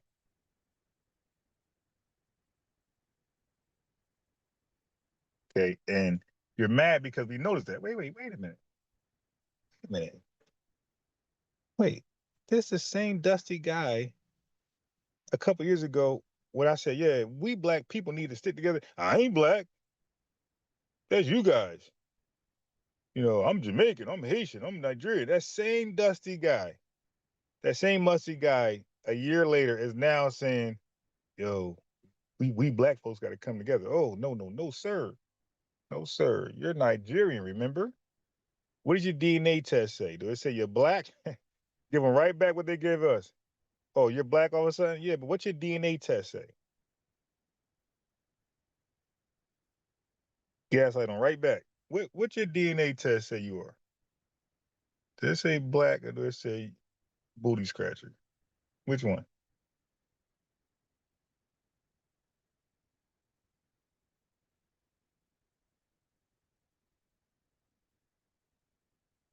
And then, which one is it say?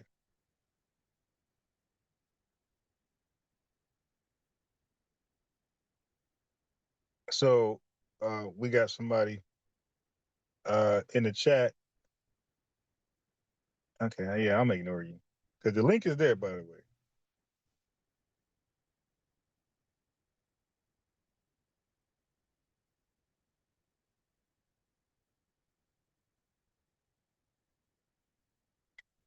Yeah, Dr. Claude. Anybody know about Native Black American? That's an old term. And let me just say this. When you say Native Black American, when you say Adolph Freedman, Shalon, Foundation Black American, you're describing the same people. You're not describing a different people. We're not tribes. There's not like a fraction of FBAs who are FBA and another fraction who are Shalon and another fraction who's Native Black American. That's not how it works. Because the tribal people would think that. No, Native Black American, Foundation Black American, Adolph, Freedman, Salon. These are just different ways to describe the same people. No different than West Indian, Caribbean, all that stuff y'all be doing. Same shit. Same thing.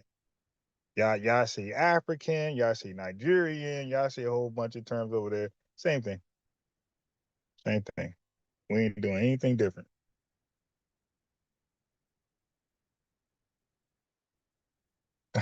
St. Lunatic boots. Yeah, they got St. Lunatic boots. Are you serious?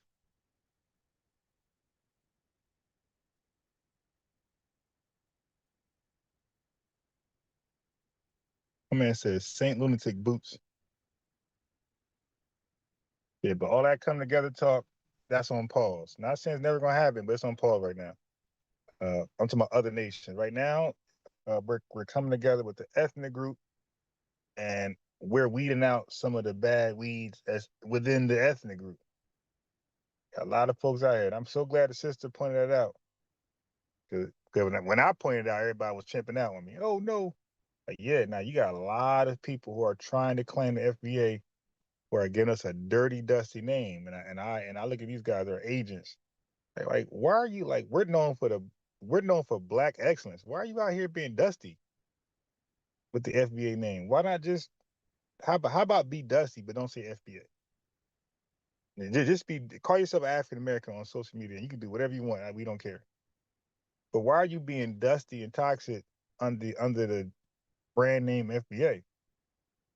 Cannot, you're dragging that down, and I think it's intentional. I think a lot of these folks be agents, man. They be low key Pan-African, or they got some tether love, and they out here representing FBA with quotations, but sabotaging. Saying FBA to get you to drop your guard, but then sabotage at your dime while you're laughing and being entertained.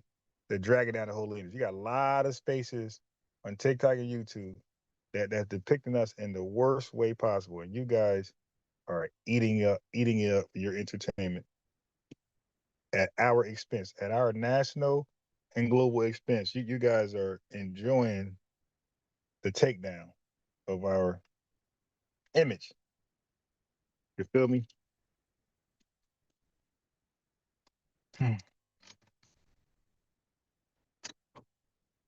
You guys are enjoying it. So when I stepped up and said, nah, we gotta represent black excellence, I ain't about to be watching a YouTube channel or TikTok space where so-called FBAs just cussing out everybody with an accent for no reason. People call in, be wanting good conversation, like, hey man, I got this going on, and because they got an accent, oh, you tether. Like, wait a minute, I thought tether meant an action. These dusty FBAs made tether become an accent. Like, nah, tether not an accent, it's an action. Just because somebody call in with an accent don't mean they're tethered. But again, that's why I challenge you guys, all these folks who are all of a sudden FBA to the bone, go look at their oldest video. Go look at their oldest video and come back and tell me what they were on. And so when you look at their oldest video, it exposed two things. It exposed their new booties. They just came on social media just yesterday, right? And then if they've been on for some time, for years, you'll see their original content had nothing to do with black activism. They were talking about being a nail tech. They were talking about all type of stuff, but it had nothing. Like, how do you go from teaching people how to do nails to be a straight activist, hardcore activist, down for the people?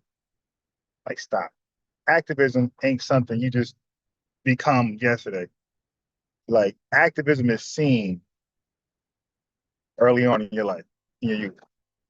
That's why you look at the Dr. Kings and the Huey P. Newtons and the Robert F. Williams and the Malcolm X's, they're all young. All young. Because activism is seen in your youth. You don't become, this ain't the Bible with Moses. You don't become 60 years old and, oh, I'm fighting for my people. That's not how that works.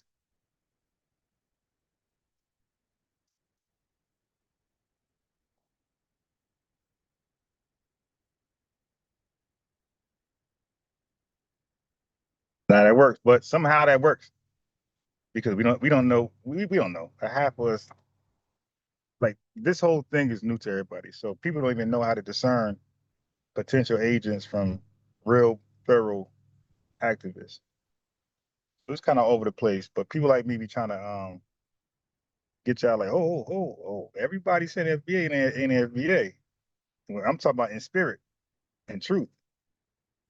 These folks out here for clicks and pops too. They're out here trying to get a few pennies, and they're on to the next grift. You just go look at their oldest video.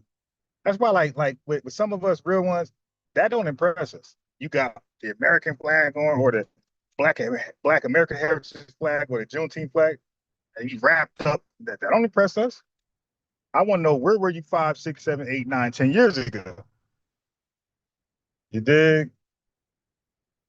Where were you 5, 6, 7? What were you talking about 5, 6, 7, 8, 9, 10 years ago?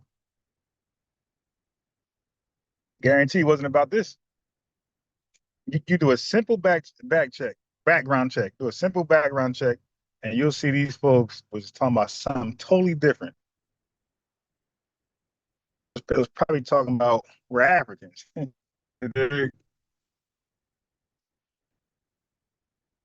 But you know, but that's how we stay being abused because we don't know how to discern. We don't know how to pat each other down. The Nation of Islam was pretty good with the pat down.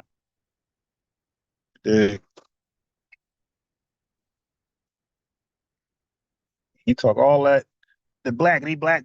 Nation of Islam wouldn't know how many final calls you sold. How many people you run to the mosque? Like, yeah, that don't impress them. Or the blackity black. Okay, thank you, brother. But final calls you sold this week. How many people you brought to the mosque to hit the message? You did. They care about what you're actually your activism, not what you're saying. Yeah, so it gotta be a better way to discern people, family. You guys get led astray too easily. Way too easily led astray.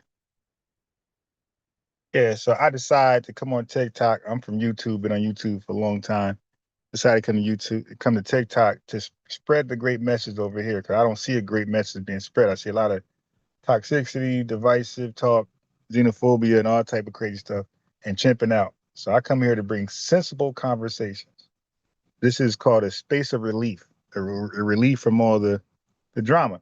Now, if they bring drama, they're going to be met with drama, but the goal is to talk. And we don't want you to be yes men, yes women. If you agree, you agree. Go ahead and state your claim. Matter of fact, what do you rather call yourself? Native Black American, Foundation Black American, ADOS, Freedman, Salon, and why? Why one over the other? That's all. Invite yourself up to talk about that. Click link to talk about that. Like which delineating term you prefer and why? Okay. I think that's a dope conversation to have amongst the lineage because a lot of us, oh, I don't like this one because of this, and it'd be fake news. And I don't like this term because this is what I had one dude call in. I don't like that term because it means this. I'm like, no, it doesn't. Hey, yo, where you get that from? Oh, nah. So we go to the website with the term. We're at the website. Yo, okay, we're here. Where did you get that from? We're here. Yeah. A lot of people you just gotta be honest with yourself. Just be honest. You're not a researcher. You're lazy. You just go with the internet says or with headlines. You don't read. So to hop on to share a space with a reader, that's crazy. And you don't read. It's like, come on, man. Rocky White says it's suicide. Yeah, come on, TikTok shop, I love you. Yeah, like you can't do that, man. You gotta have more respect for the readers. You feel me? Um, yeah, so I asked an FBA guy, so-called FBA guy, hey, when we say we're delineating, what does that mean? This dude had no clue. But he's a staunch FBA guy. Like, come on, you guys are agents, man. We talk about delineation all this time, and you don't even know, you can't even describe it in words what it is, what it means to delineate. Yeah,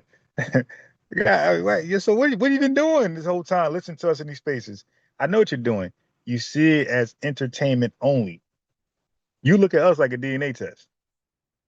You look at these FBA spaces, the real ones like myself, you look at us like a DNA test for entertainment purposes only.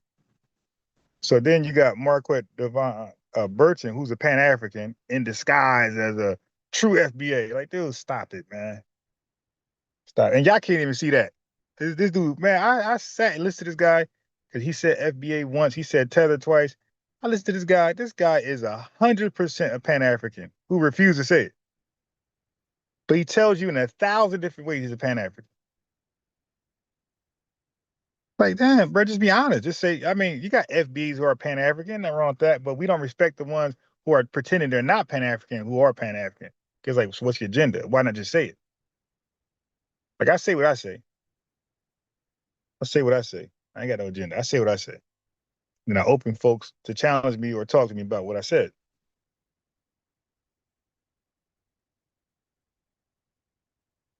But you got guys out here false flagging, false FBA flagging. Like, dude, come on, dude, straight Pan-African. Just like 19Z's, we warned you about him before he chimped out. We warned you about Anton Daniels before he guerrillaed out, and we warned you about Professor Small. Well, I did for sure, way before then. And then I even got on Lord Jamar before he was exposed. So like, I'll be on people early. You know what I mean, I see these signs, I'm like, oh, yep, there you go, got him, another one. So now I'm the first one to say, Marquette Devon Burton, he's going to chimp out.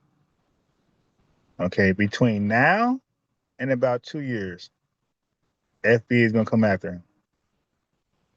He been saying some real slick stuff, and we haven't been catching it. I've been catching it, and eventually he's going to say it because he's like, some people just cloud chasers and they want to say something that bring attention to them. So like 19Z's did. 19Z's wanted to say something to get him attention. He did it. Professor Smalls wanted to say something crazy against the lineage. He did.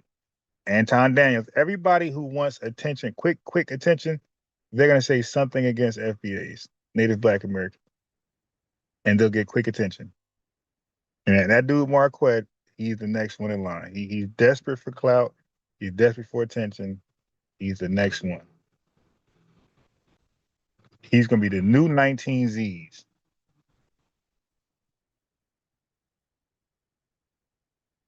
And then when it finally happens, everybody gonna act like, oh, this is big news. I'm like I showed this video a year later. Like, hey, no, I said that already. The signs are all there. All he talk about is Africa. And my man, he's over. I played his videos live. We watched them. This dude trying to solve ass. This dude from America is because he visited South Africa a few times. He thinks he's qualified to solve South African problems. So the South Africans like, yo, man, mind your business, dude. You become a tether to us. You are undermining what we got going on. How you telling us what we got to do? Like, he became a tether to South Africans. Don't we say that over here? Like, mind your business. Nope, you can't speak for us. We got it. Well, he's over there becoming them to us to them. You dig? He out there, yo, you South Africans, you need to get together and get the white man. They like, yo, mind your business, bro. Ain't no get together, bro. We out here doing some real activism, trying to get these foreigners up out of here. Ain't no get together, bro. These folks ain't coming here in peace. They telling him, but no, you coons, the white man, you giving the white man pass. I'm like, yo, you the Dr. King of tethers, my guy? Like, dude, you became a tether to them, my guy. Mind your business. All this stuff going on in America where we got to work out. You trying to solve a problem in Africa, and they don't want you. They don't want you to solve a problem in Africa. Like, they're not embracing this guy. Like, yeah, listen to Marquette. He got the real solutions to Africa. Then this guy gonna say some ridiculous stuff. This is why I say he's on his way to say something ridiculous against the lineage. This guy said he could foresee Nigeria becoming a superpower sometime soon. This dude then lost. He done chimped all the way out.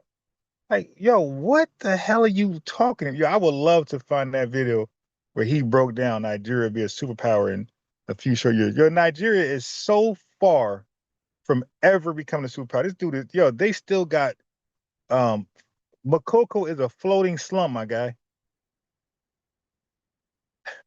They live on black water. You know what black water is? That means no life. There's no life in the water. There's no fish, nothing. They drink the water. The water's their bathroom. The water's their how they cleanse themselves. And you're telling me that somehow they're going to drain that water and, dude, superpower, my guy. That's the Pan-Africanism, and that's the Pan-Africanism in him coming out. And dude, you don't stop with this fantasy talk. A superpower, Nigeria. You got a scamming culture that's highly tolerated, but they're going to be a superpower. And got no military. They're divided from east to west, north and south, Christians versus Muslims. They're asking Donald Trump to send one over there from U.S., press a button and drop one.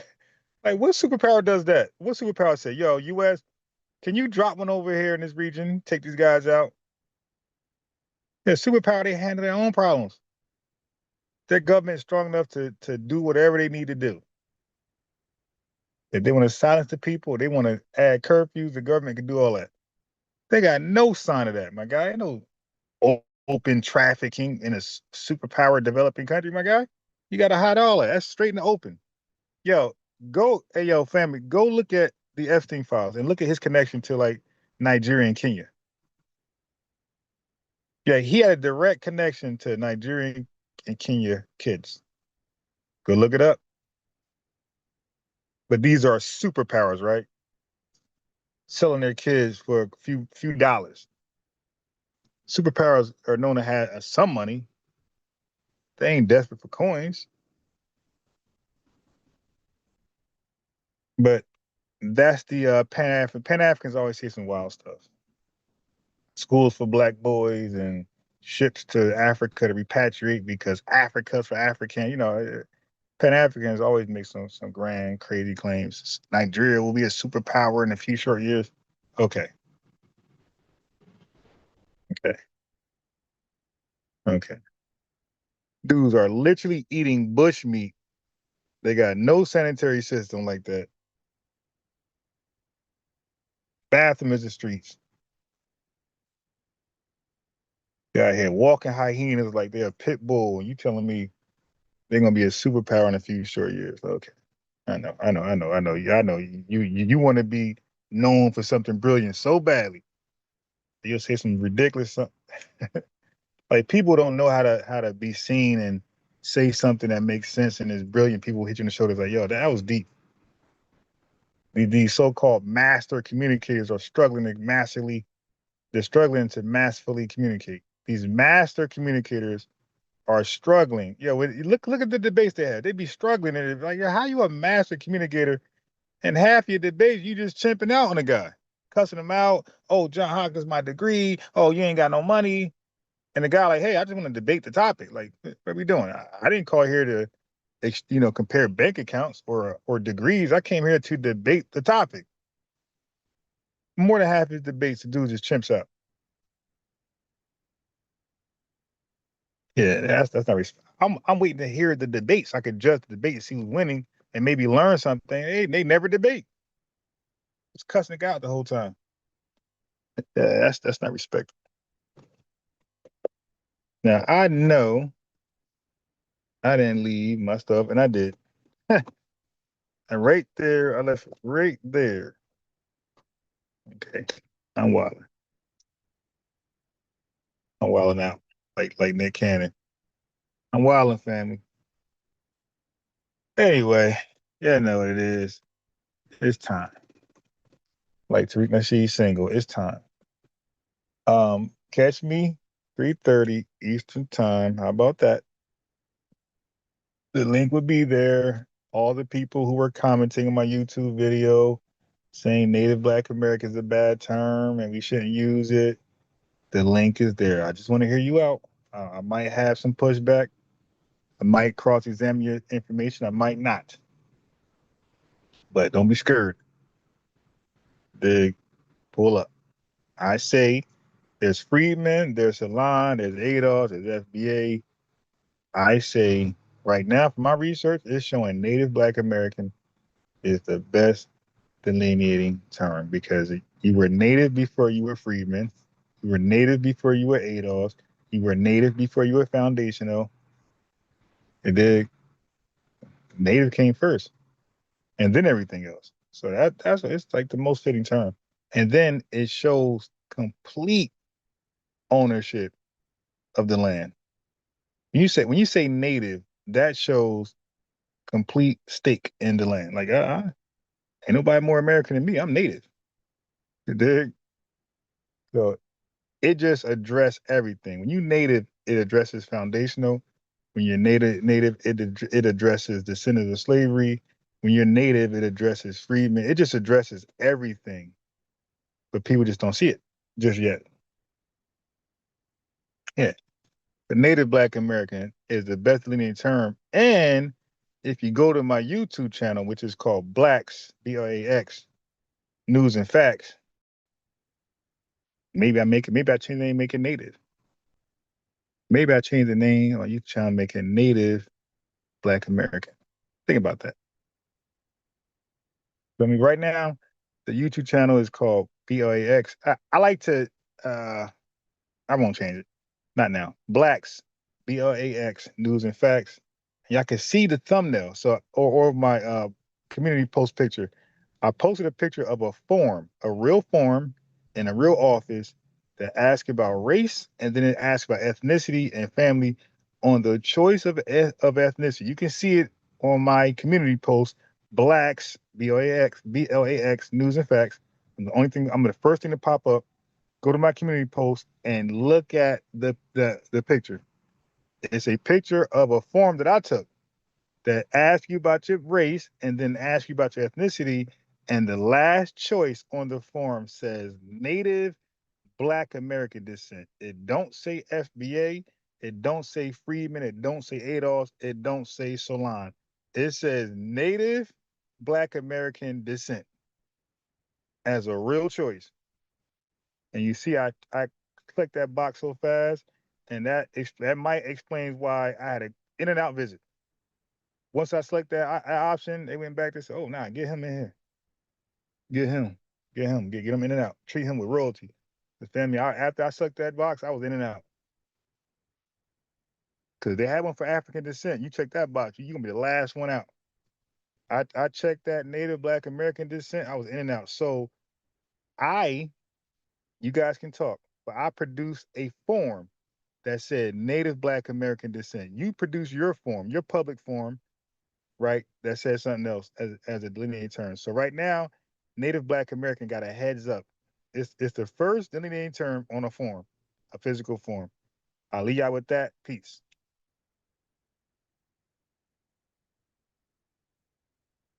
Yeah, so we went up right now. We went up. Native Black Americans is on a form and be delineating. Yeah, you have white T Native people. Now you got Native people all over the world, my God. You got Native people in South Africa. We never said we were the only Native people. That's why we got the marked term Black. White folks would be Native. They'll be NWA, Native White T Americans. We're NBA, my guy. We're Native Black American. Never pretending we're the only Native people, and we're not the only foundational people either, my guy. There's foundational people in their homeland. Foundational Haitians, foundational Jamaicans in their homeland, not in here in America. Okay, so we never claim to be the only nothing. Okay, well, term. We are the only Native Black Americans. So it don't matter what white people can call themselves. It's about, why do tethers do that? When we talk about how great we are, they bring out white people. It's like, dude, I'm talking about the lineage, my guy. I don't care what white people got going on. They got to deal with that. I care what we got going on. You guys got this sick love for white people. Can white people? I don't care what they can do, my guy. That's white society. I care about the lineage and what we can do and what we should not do. And Native Black America is a great delineating term. I had the link there. You didn't click it. Use a coward. I'm out. Peace.